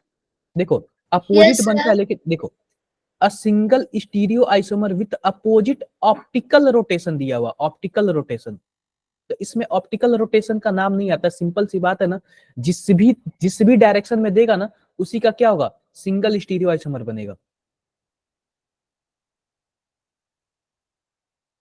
ठीक है, आगे बढ़ते हैं। एक बार रुको, और भी कुछ दिया हुआ क्या इसमें, देखते हैं। 9th क्वेश्चन क्या है, 9th क्वेश्चन कुछ इस टाइप का है, ध्यान से देखो। हमारे पास क्या है, कुछ ये है और इसमें सोडियम दे दिया। आप बताओ सोडियम क्या काम करेगा यार, कुछ ऐसे बनेगा CH3SNA, कुछ ऐसे बना लेगा क्या, बोलो भाई, कुछ ऐसे बना लेगा। और हमारे पास दूसरा क्या दिया हुआ, दूसरा कुछ ऐसे दिया, CH3CHBr और यहाँ पे CH3। अब बताओ यह जो माइनस वाला है कुछ यहाँ पे जाकर अटैक करेगा, इसको बाहर निकाल देगा, बोलो यार। तो 1 यस 2 सर। 3, तो मैं 1 2 3 लिख लेता हूँ, CH3 अब ये बताओ दूसरे पोजीशन पे हम क्या जोड़ दूं, S जोड़ दूं और क्या जोड़ दूं, CH3 जोड़ दूं। अब ये बताओ कौन सा ऑप्शन सही लग रहा है, सी। सी, क्योंकि इसी में एक ब्रांच है सी वाले में, बाकी में किसी में ब्रांच नहीं, सबके सब क्या है, लीनियर है, सबके सब क्या है, लीनियर है। क्लियर है बातें, क्लियर है? सर आपने Br हटाया ना, एस कैसे आया? अरे मैंने ब्रोमीन हटाया ना, ये एस है ना यहाँ पे, ये मैंने एस से जाके अटैक किया ना, इस पे एस को जाके इस पे मारा, ये वाला बाहर निकल गया। तो आप बताओ, तो एस तो रहेगा ना यार इसमें, बस ब्रोमीन बाहर निकला है ना। ठीक है सर। नहीं क्लियर, नहीं क्लियर हुआ, नहीं हो गया। हो गया। अब ये 10वां बताओ एक बार आप लोग, 10वां बताओ। आप ये बताओ SN1 है या फिर SN2 है, सर SN2 SN2 है। SN2। SN2 है। तो SN2 होगा तो यह जहां से भी अटैक करेगा, वो कहां से अटैक करेगा, आप बताओ, ब्रोमीन बाहर निकल रहा है तो यह कहां से अटैक करेगा, पीछे। Left side. पीछे से अटैक करेगा। बिल्कुल, तो देखो वेज डैश होता है, तो यह वाला जो होता है इसको डैश बोलते हैं, और डॉट डॉट वाला जो होता है उसको क्या बोलते हैं, वेज बोलते हैं। जब वेज। ब्रोमीन डैश साइड है ना, तो ये जो हमारे पास न्यूक्लियोफाइल है किस साइड से अटैक करेगा, वेज साइड से। कौन सा ऑप्शन सही होगा, सर बी। क्या? बी। अब सिंपल सी बात देखना, सिंपल सी बात क्या है, यहाँ पे है ऊपर फ्लोरीन और नीचे क्या है, नाइट्रो। तो देखो यहाँ पे नीचे नाइट्रो तो सब में है, लेकिन ऊपर फ्लोरीन नहीं है, तो जाहिर सी बात है यह वाला दोनों तो होगा ही नहीं, ठीक है। या फिर यह हो सकता है या फिर यह हो सकता है। अब इसमें भी देखोगे तो यह उल्टा अटैक करेगा, उल्टा, और इसमें देखोगे तो यह डैश साइड से, तो यह भी नहीं होगा। कौन सा सही होगा? बी वाला ही सही होगा। क्लियर है क्या बातें? बोलो भाई। Yes sir. हाँ, आप लोग यार जब तक प्रैक्टिस नहीं करोगे ना तब तक नहीं समझ आएगा। 11 वाला देख लो क्या बोल रहा है, न्यूक्लियोफिलिक एरोमेटिक सब्स्टिट्यूशन किसमें सबसे ज्यादा होगा? Nucleophilic substitution reaction. तो इसमें हिंट दिया हुआ है, अगर जिसके पास -I ग्रुप और -M ग्रुप होगा ना, तो वह क्या करेगा? न्यूक्लियोफिलिक सब्स्टिट्यूशन रिएक्शन ज्यादा देगा। तो आप बताओ -I और -M ए। सबसे खतरनाक किसमें है? सर ए। सर ए। ए। ए वाले में। ए वाले में क्यों? क्योंकि यह एक -I का काम करता है और यह -M का काम करता है, और जो नाइट्रो ग्रुप होता है ना वो खतरनाक -M का काम करता है। आप लोग कर लोगे क्या? ये सबका सब दिया हुआ है, हिंट कुछ ना कुछ दिया हुआ है, कर यस लोगे सर। क्या आप लोग? यस मैं सर। आप लोग के लिए छोड़ दूं, और जो नहीं आएगा आप लोग मेरे से पूछ लोगे, यस। पूछ लेना, पूछ लेना आप लोग। क्लियर है? और सब में हिंट दिया हुआ है, सब में क्या दिया हुआ है? सॉल्यूशन में हिंट दिया हुआ है, सब में हिंट दिया हुआ है। ये वाला आप लोग बताओ, बस एक 14 वाला बताओ, अगर ये बता दोगे तो मैं समझ जाऊंगा।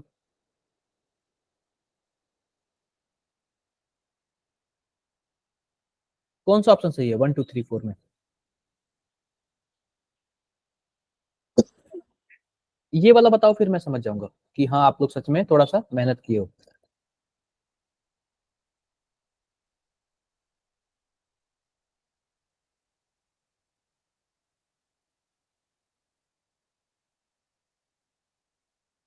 सर सी। क्या? सी। कैसे सी होगा? सर 2।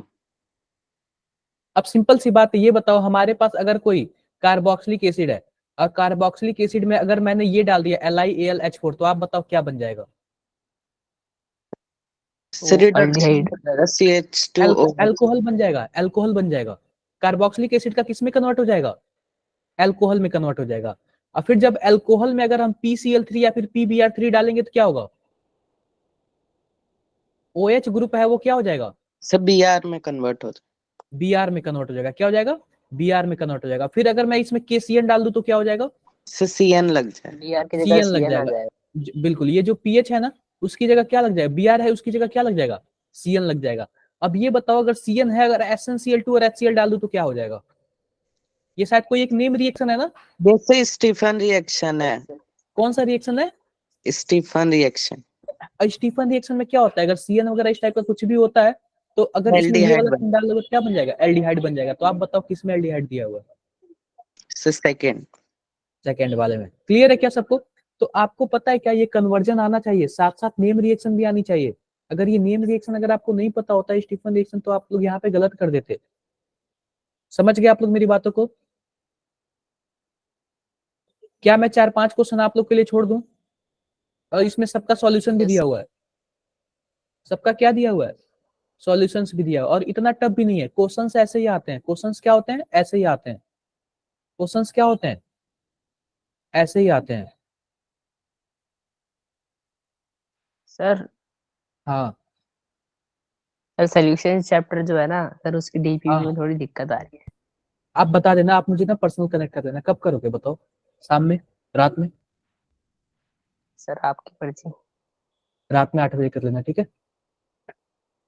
ठीक है सर। ठीक है। ये बताओ, इसका आंसर बताओ 17 वाले का।